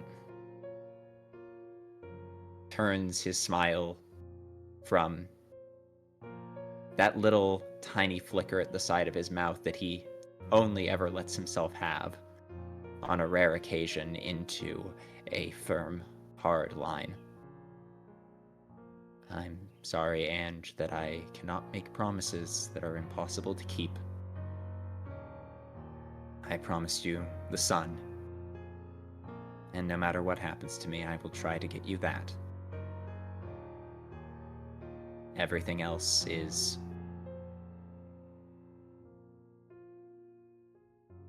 not inside my control. But I do hope I get a chance to see you again.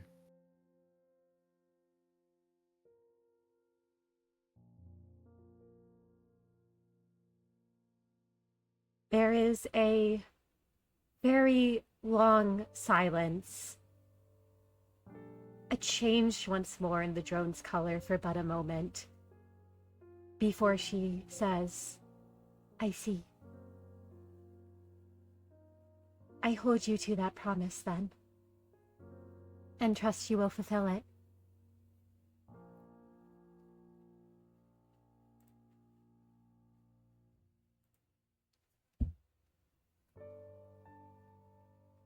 Pryor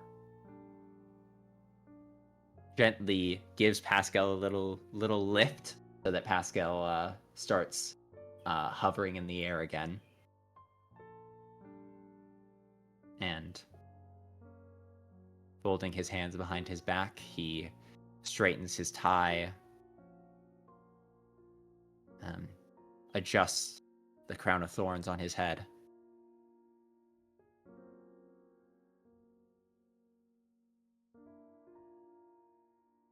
I have no more to report. And I should tell the other managers. Merru especially is probably going to want to know. The blades of the drone whir for a moment, and she simply says, I am sure that he will.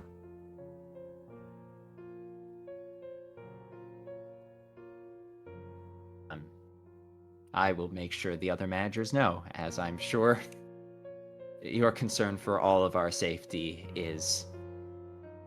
Well, I'll tell them you said hello. I'm sure they'll be happy to know that you're thinking of them.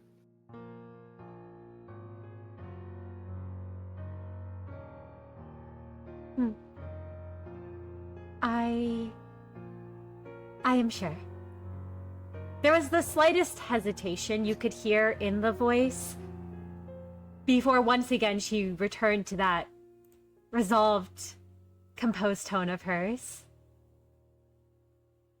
Right.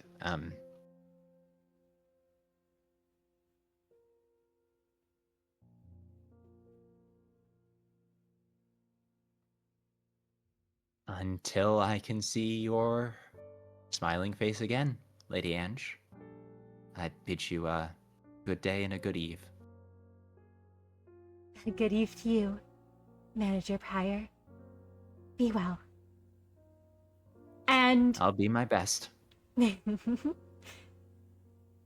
you're not sure if there's a change in the drone. You see the light blink for a moment before it begins to wander around once more.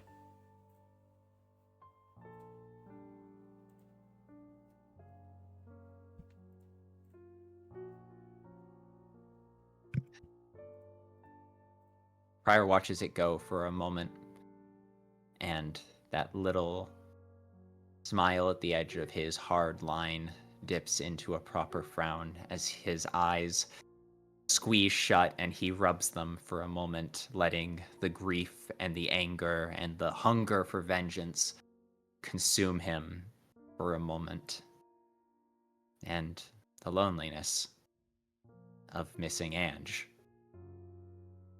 Before he sucks in a deep breath, lets the royal of emotion be caught, stuffed into a tiny little box, and compartmentalized somewhere in the maze of his memories.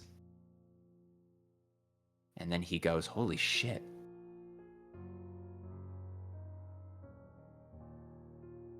Pascal beeps at you. You're not sure if it's picking up on how you feel or not. You're not sure if there's anyone listening behind the drone. Thanks, little buddy, for displaying that message.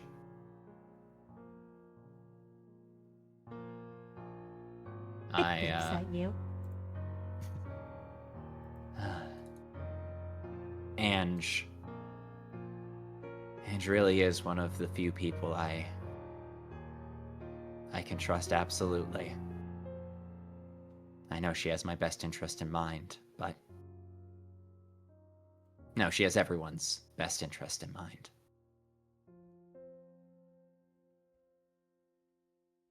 Explains where. I don't need to concern myself with her choices. She'll make the right choice. The pragmatic choice. She's just like Kai. Someone I can depend on.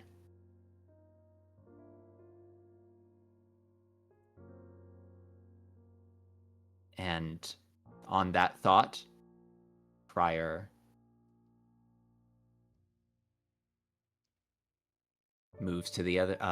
stands up from his work and decides to take a little break as he goes to tell the other managers of the incident and leave them all to grapple with it on their own. And managers, the rest of you are informed of what happened back at the facility from Prior.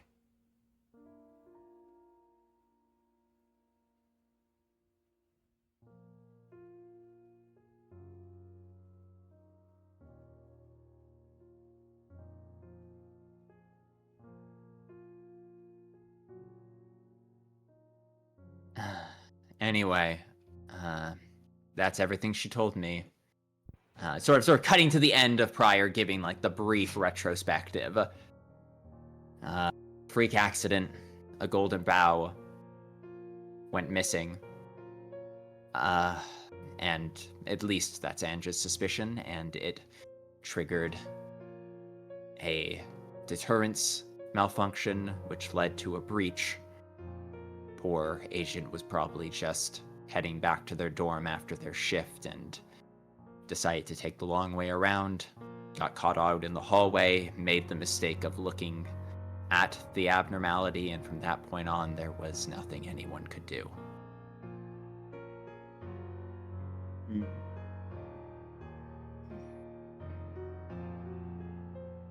Right.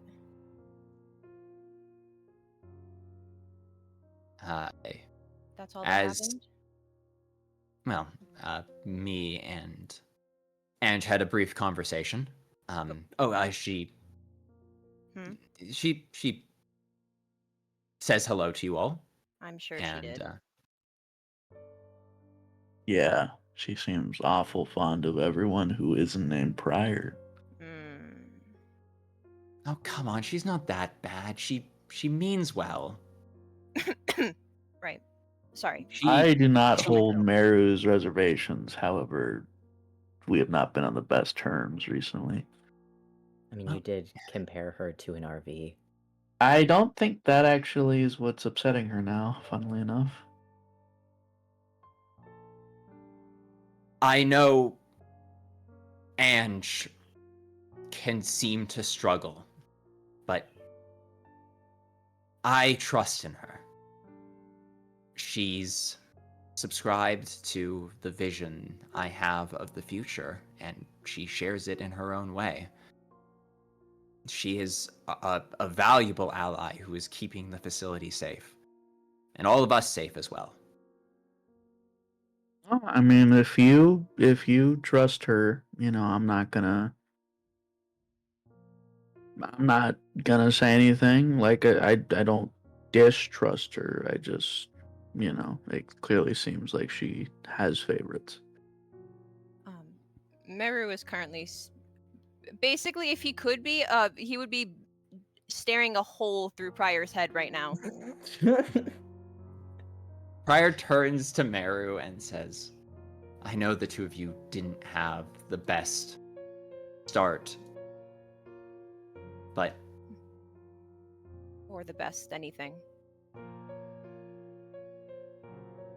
I'm just begging you all to give her a proper chance.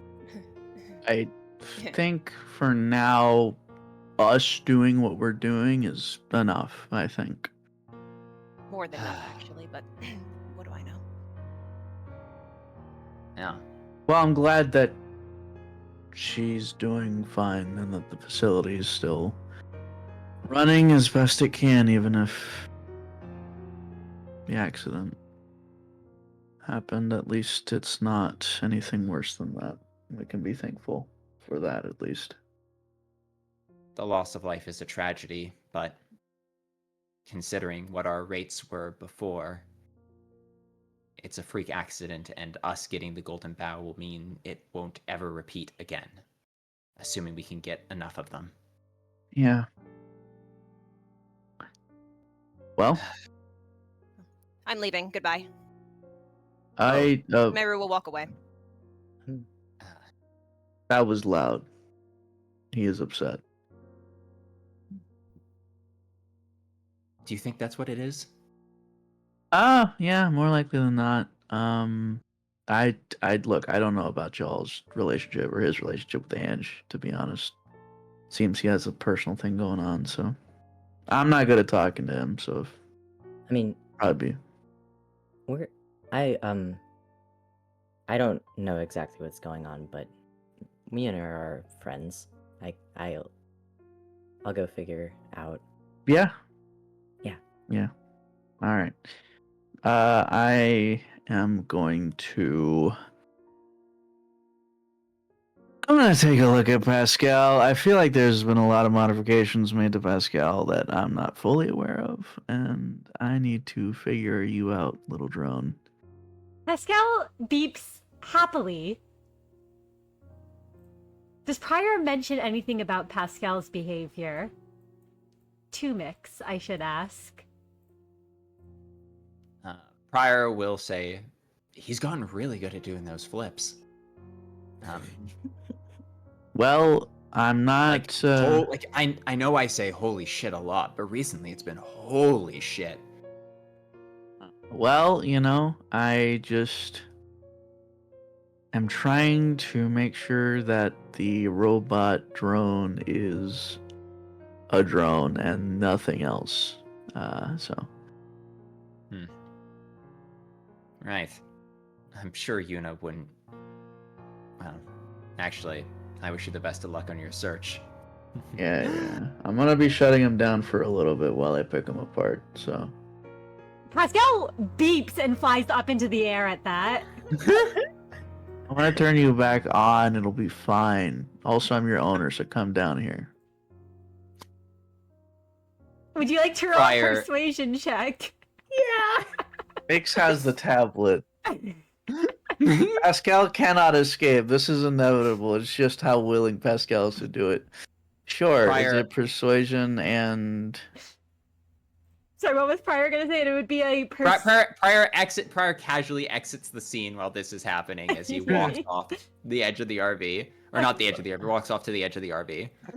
I would say conviction or presence persuasion to get Pascal to cooperate. What is the difficulty? It is a challenge free. All right. Pascal, I have the tablet, which means you literally have. This will happen, so just do it willingly. I will turn you on after. It's fine. I just need to look through your insides and make sure that everything's nice and oiled up so you can keep running as usual. You hear a very almost sullen, long beep, Oh. but it follows you as asked. Don't be so dramatic. Come on, it's gonna take you like you'll fall asleep and then wake up. It'll be like it never happened in the first place. Come on. Besides, you have a lot of dust and stuff, I'm sure, in your motors. I need to clean that out anyways. And yeah, Miix keeps yapping while they walk off. Pascal's hovering, almost looking sort of dejected as it goes where instructed. Me taking my dog to the vet. And Well, Kai, I was gonna say, like Kai said he would. He actually is going to go check on Merru. It was notable that he stormed off. where can Kai find Merru? Yeah.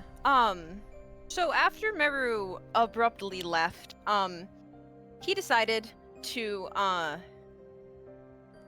well, actually, he once he got away from the other managers, he kind of did stand there for a few seconds trying to figure out what to do now. He decided he was going to do some meal prep.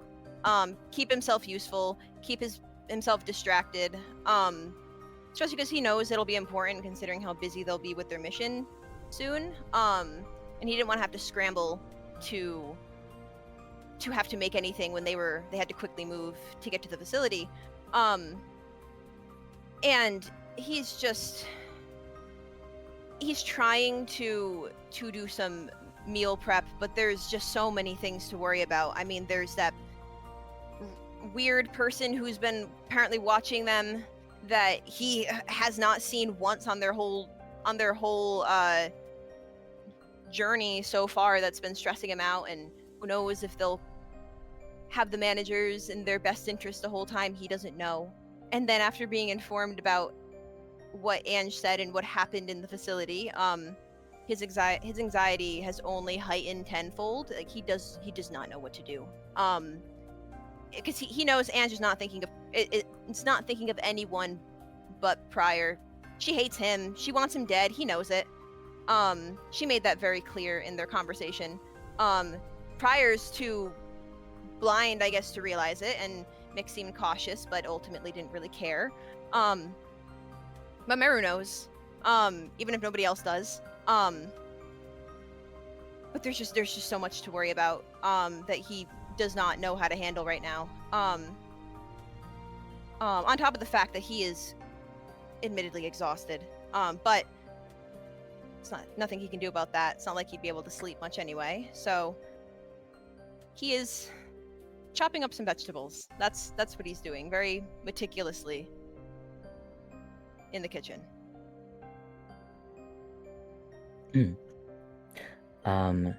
Kai will quietly slip into the room and make his way to Merru. The ideal is to not spook him mid-meal prep, so he'd probably kind of try to be in his line of sight before being heard. Just so that Merru doesn't throw a knife at him. Even if Kai had tried to be sneaky about it, there's a good chance Merru's augments would have caught up to the idea that someone was around. So it's a little hard to spook him, but it is appreciated that you were trying to not.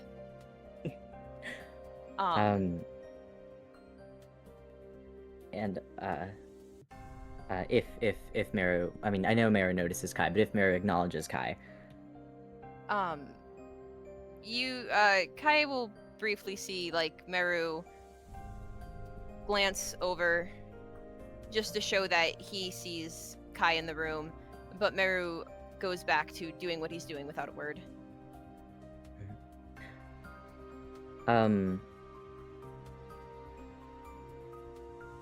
Considering what Merru spoke about happening, as brief as it was, and his feelings about Ange, which Kai doesn't have much of an opinion formed about that.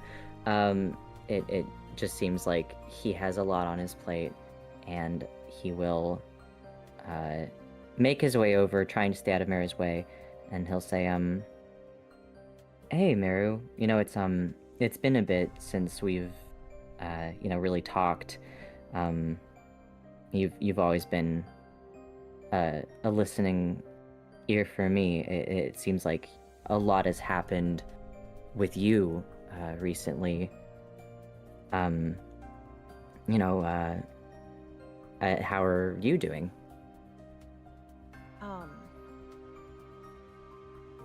Almost immediately when Kai asks that question, as if he's on autopilot, Merru goes, "I'm fine." But as he says that, he the cutting board he's chopping the vegetables on, you can hear the knife hit the vegetable harder than the last ones had been, because they had all been very all very samey, the way he's chopped every piece except for that one. And then he pauses and gives Kai a side glance, and after a moment goes, "I did want to ask you a question, not about me, but that fixer who was with you, I'm assuming she didn't make it out either, died." And you can't really tell if Merru had been wanting to ask this question all along, or clearly just trying to change the subject away from him. Well, I think it works, so good job, Merru. Kai's little antenna rhinophores kind of droop when Merru asks that questions, and his face darkens a bit.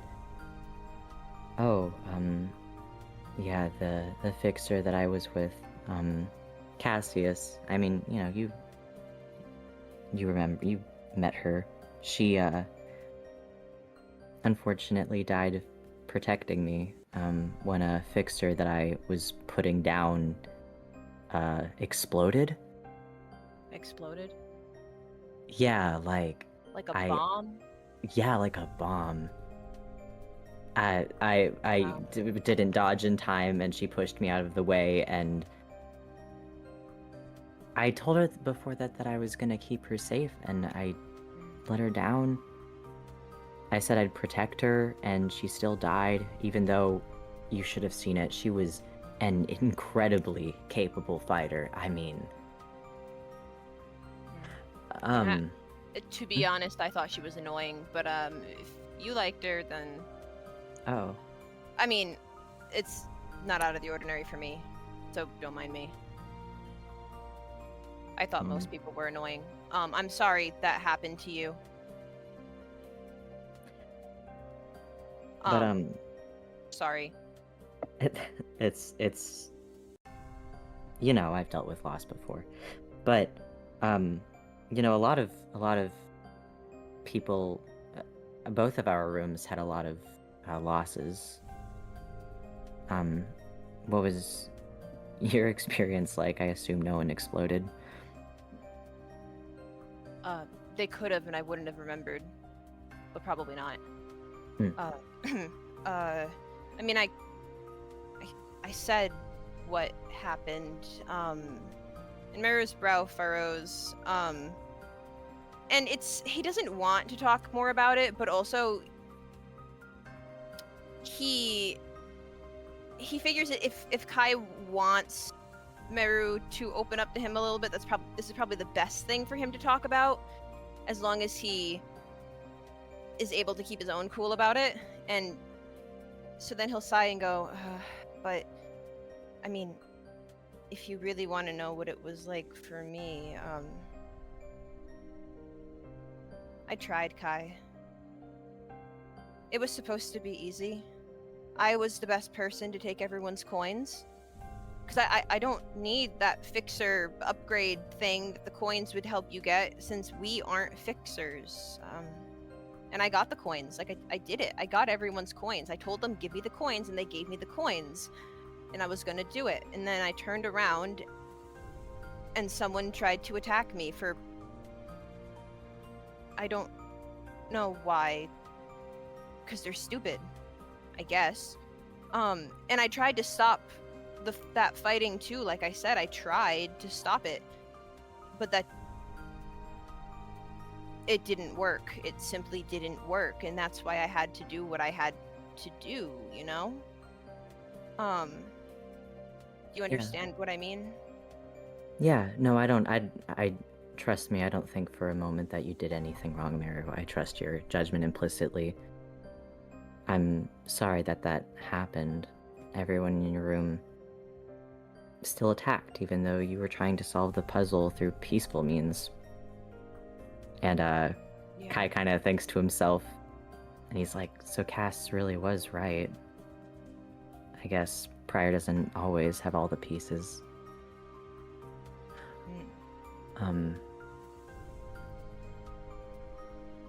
That's a shame. I wish I was as diplomatic as you, even though I'm sure the results would have ended up the same. For what it's worth, I think that you probably did a good job. I'm not 100% sure on the definition of diplomatic, but I'm pretty sure it was less me doing that and more me saying, I'm better than you, give me your coins. It's not... Well, you are better. I know. And that was the annoying part. I had the gold coin. I was the only one with a gold coin. And the only one who...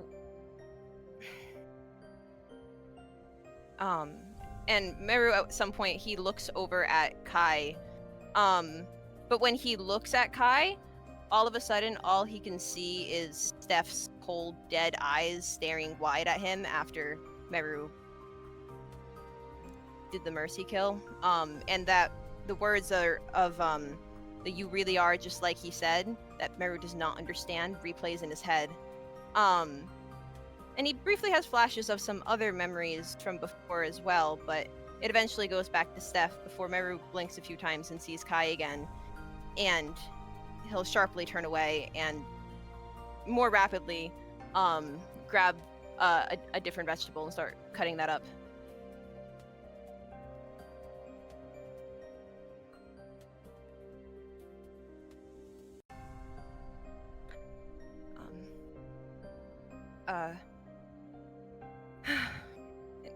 After a little bit of silence, Merru,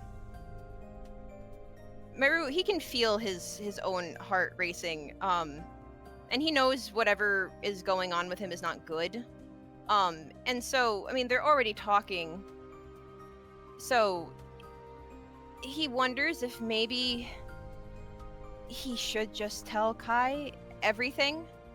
Like, he's, like, not just about Steph and how that death is weirdly affecting him, but about Ange and how she had seemed so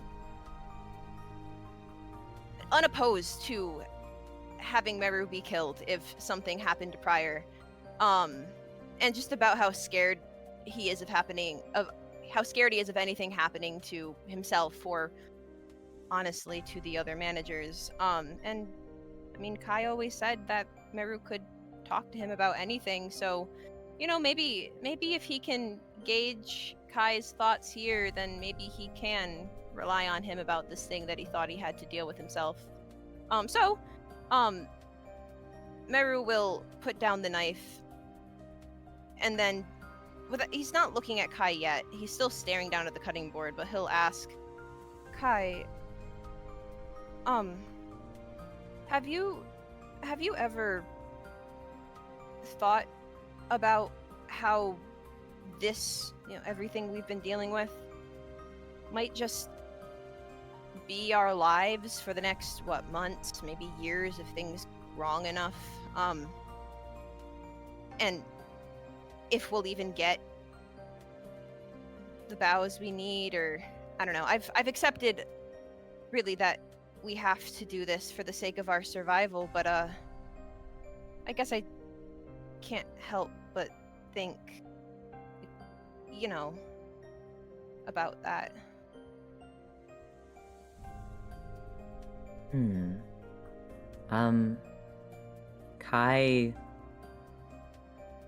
Kai is curious because his input on things like this is not asked very often, at least not in a very sincere manner. It's not something that he can, just say yes sir to whatever Prior has said. And he'll think about it for a bit. Brows knitting together, and as Merru's not looking at him, he'll just kind of look at his horns as if he's making eye contact. Well, I mean, I guess it's kind of like you said, it's what our lives are right now. I think Prior has a clear vision for what we're doing. And although it's uncertain for how long, I don't have anything else to do. At the end of the day, I'll always follow him. It's just there's not another place for me. I don't have somewhere else I'd rather be. Whether other people agree with that is its own thing, but why are you asking?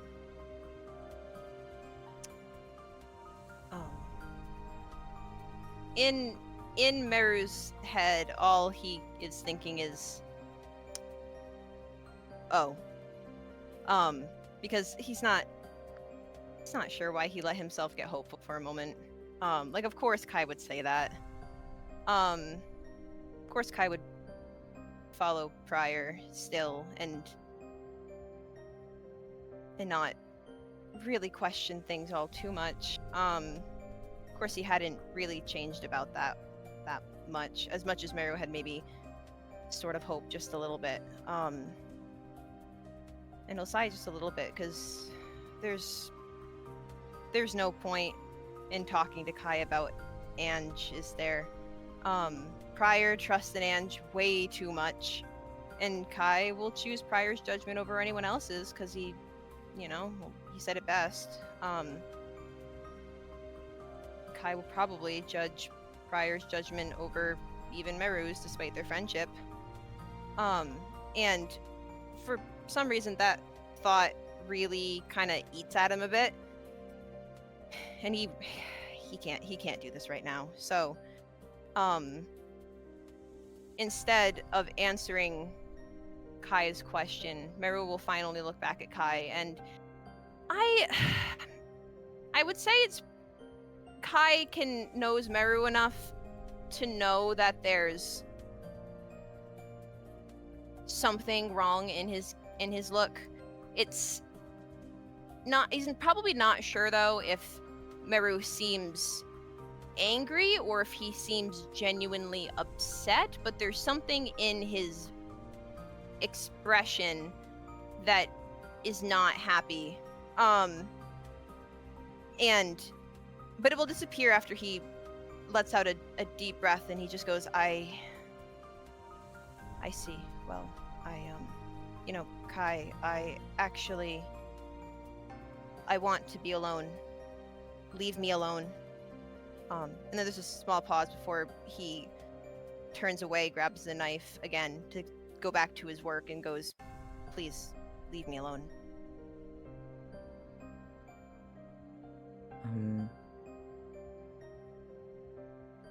Kai's not sure what he did wrong.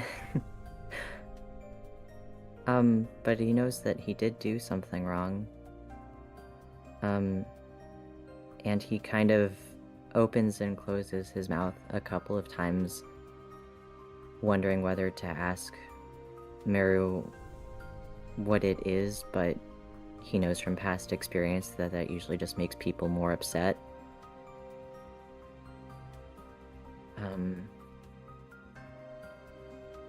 And he'll say,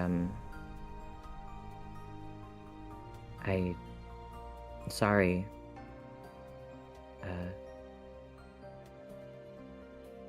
Sorry for upsetting you. And he will leave Merru alone very quickly.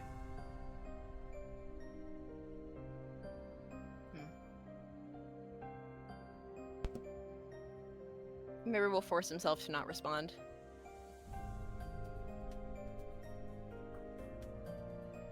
Merru, Yes. as you're left alone,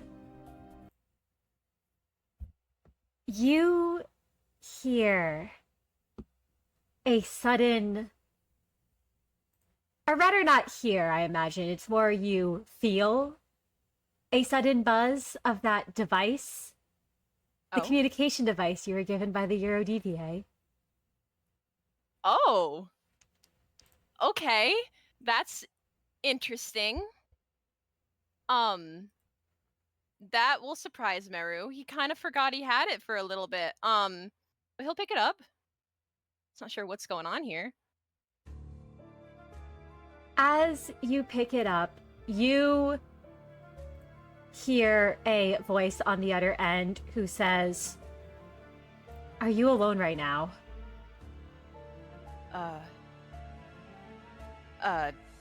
Okay, Merru, I need you to answer quickly. Are you alone right now? Yes, but I can get more alone. Okay, get somewhere private fast. I don't have a lot of time to talk to you.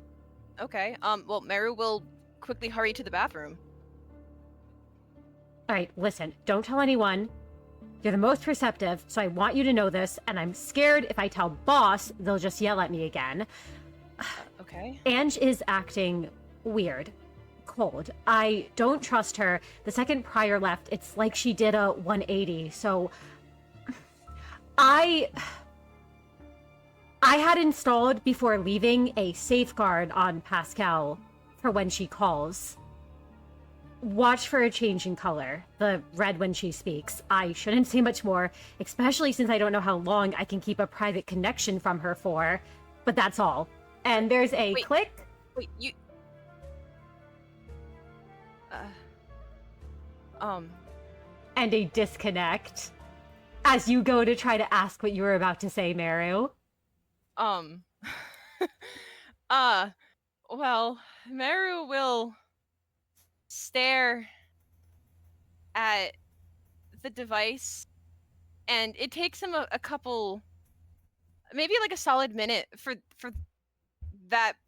those frantic words to kick in, before he almost drops the device on the floor. But he's able to, his prosthetic hand naturally keeps a strong hold on it even without his mind being on it. But instead he will slowly, I guess, sink to the floor against the wall of the door, or not the wall of the door, the door of the bathroom. And just stare at nothing in particular, because he knew there was something up, and he's, and the fact that Yuna knows there, that means it's not just something that Meru's dealing with. There's something going on there. He wants to throw up. He doesn't, but he wants to.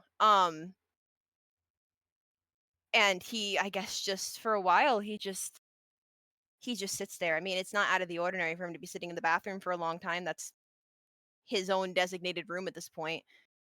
So he just takes that time to just stare, because he doesn't know what to do about that.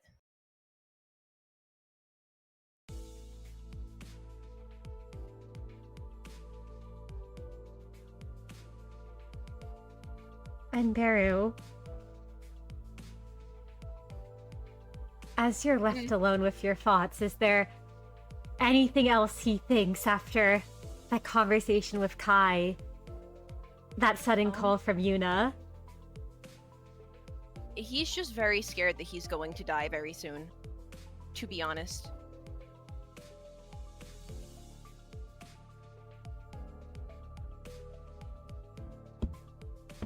And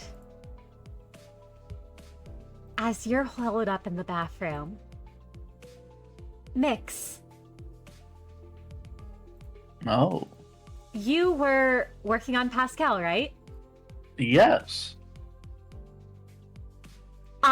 Can you give me a understanding technology roll Oh, with your specialty in hacking? sure thing. I would love to. Gotcha.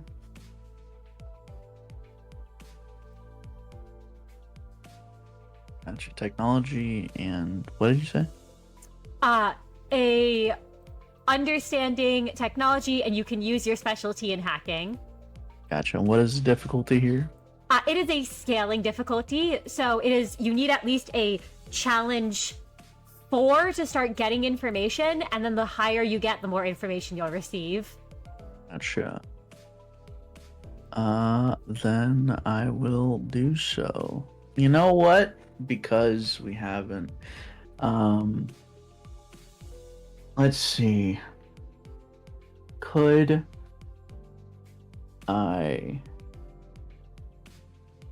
have a little push here? You may push. Thank you. That's 3 dice at the moment, I believe.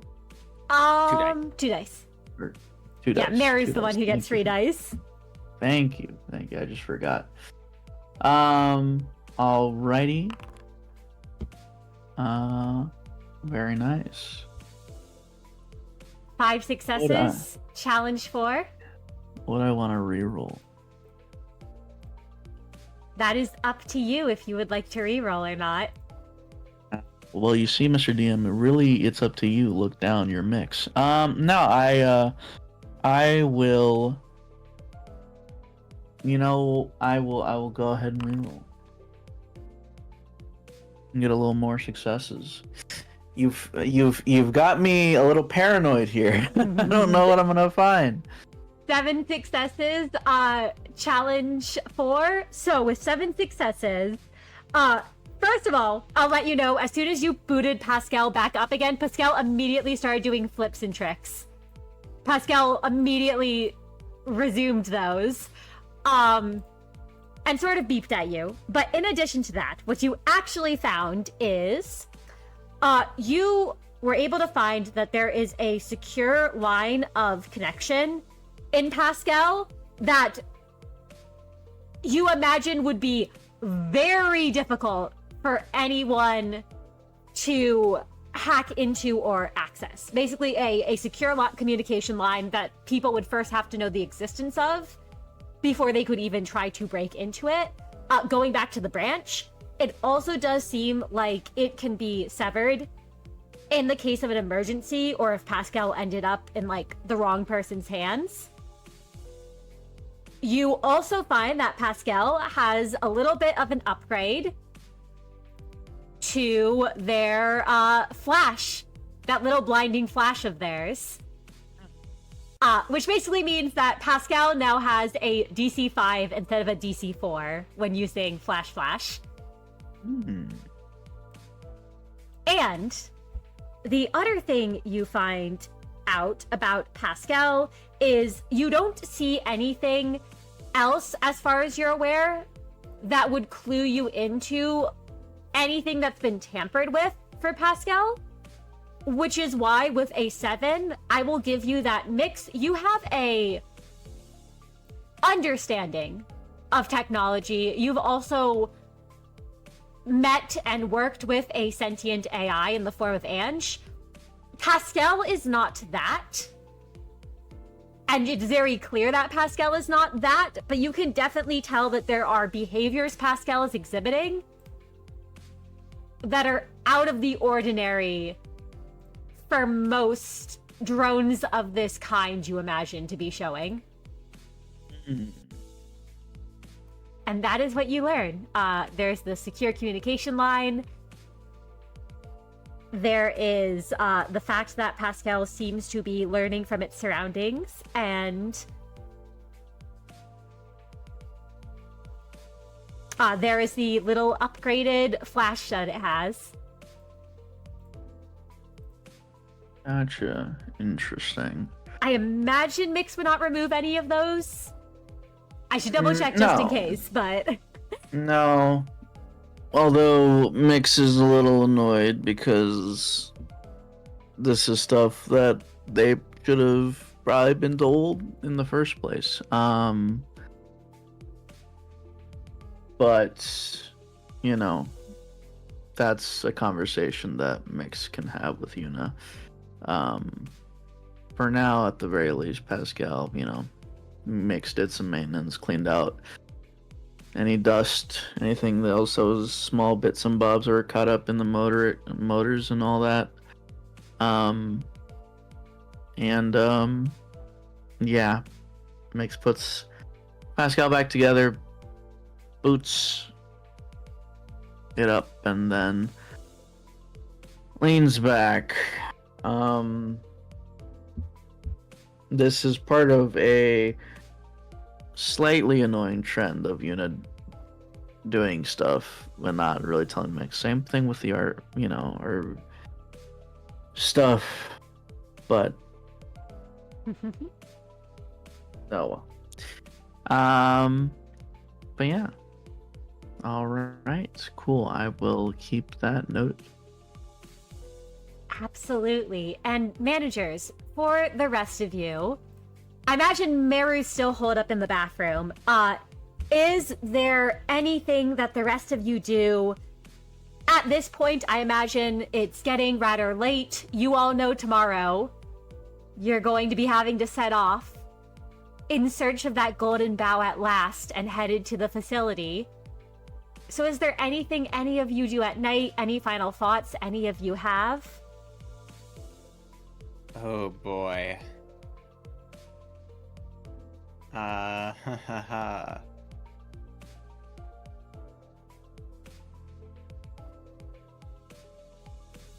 Prior considers deeply what he wants, but he is comforted. He knows Ange is on his side. He thinks everything is great. Prior is laying down for another night at rest.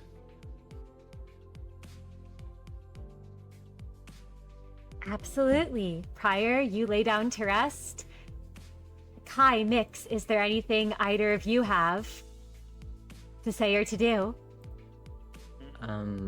Kai still doesn't know what he's done wrong with Merru, and he will stay up all night thinking about it, laying on his bunk, curled up in a little ball. Actually, he does have a journal, so he might start writing manic scribblings in his journal, trying to figure out how emotions work. Or emotional intelligence work. Absolutely. Kai, you do that. Miix, are there any final thoughts or preparations that you do? Miix is also going to be writing in their own journal, same one they've been writing in for a while now. What they're writing, still don't know, but that's what they're doing. Absolutely. And Merru, Yes.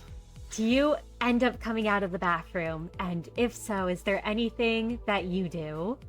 Yeah, no, eventually when Merru is able to, stand up without shaking too much, he will immediately go to keep watch because he has a job to do. He has, he has to be, if he thought he was doing a good job before, no, he was not. He needs to do 200 times better than he had been doing. That's simply what he has to do. So he will go keep watch, and he will make sure he does not let himself stop for a moment, even if it's boring. It doesn't matter. So that's what he'll do. And so, managers, as you all settle in for the night, whether it be to rest or to keep watch and try to force yourself to stay up. You all know that when the morning comes, your plan is to set out early for that L Corp branch facility located in V Corp's District 22, and to finally get that Golden Bough.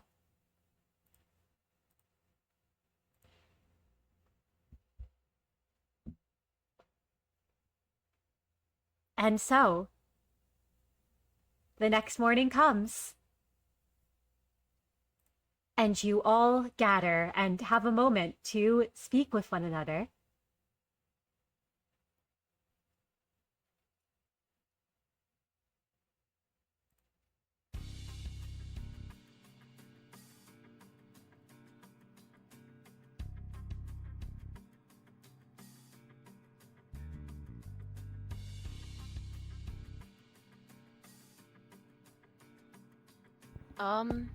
I mean, Merru, been awake. I don't know if he slept. I don't think he could. So Merru, he was up bright and early, probably before the sun had even fully risen, because he didn't finish his meal prep, unfortunately. And he's tried to figure out if the vegetables are probably still fine. They probably hadn't gone bad or anything like that, of course, but he is doing the thing he had hoped not to do, which was frantically scrambling to get their meals in order because they have a big mission coming up. Do you want help with that? No, You never want help with that. I don't want it. Okay. Fire looks fantastic. He slept like snug as a bug in a rug.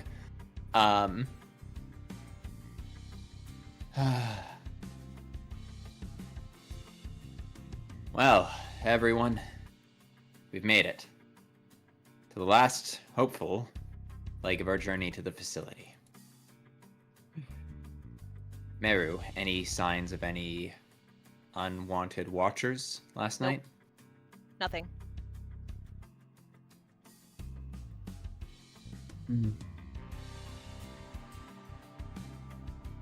Well, then, I suppose all that's left for us to do is Get some breakfast. My gosh. Ugh. You have actually the right idea. I'm quite famished. If you're going to get breakfast, just don't get in my way. I'm busy right now. Understood. Alrighty, I can cook something up real quick. No, Just get out toast. of my way. Just excuse No. me. I'm just thank you. Let me grab the bread. All right, thank you so much. Just get out of my And- way. There we go. Butter on toast. All right, you're gonna have to get into yourself.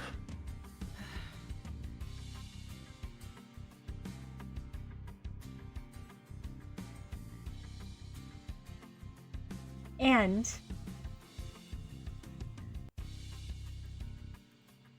managers, as you're Yes. all getting ready, prepared, no more pit stops, no more distractions, no more waylays, and no detours. Pascal starts flashing green a couple of times. Meru jumps a little bit, and when he stares at Pascal, it's with a intensity that he's never stared at Pascal before. And then he lowers Justicia over his. Huh. Looks like the facility's calling. Oh. Looks like it. Pryor's like mirth vanishes when he realizes that the facility was not supposed to call again, and he suddenly assumes the worst.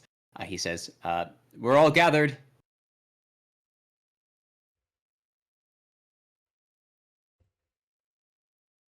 Prior, something urgent has come up. Can you and another manager break away from the group to resolve it? Prior looks between them all and says, for Prior knows Ange wouldn't ask this unless it was absolutely necessary, so he says, "Of course, Ange. If you deem it necessary, I trust in your judgment." Very much so. I shall fill you in.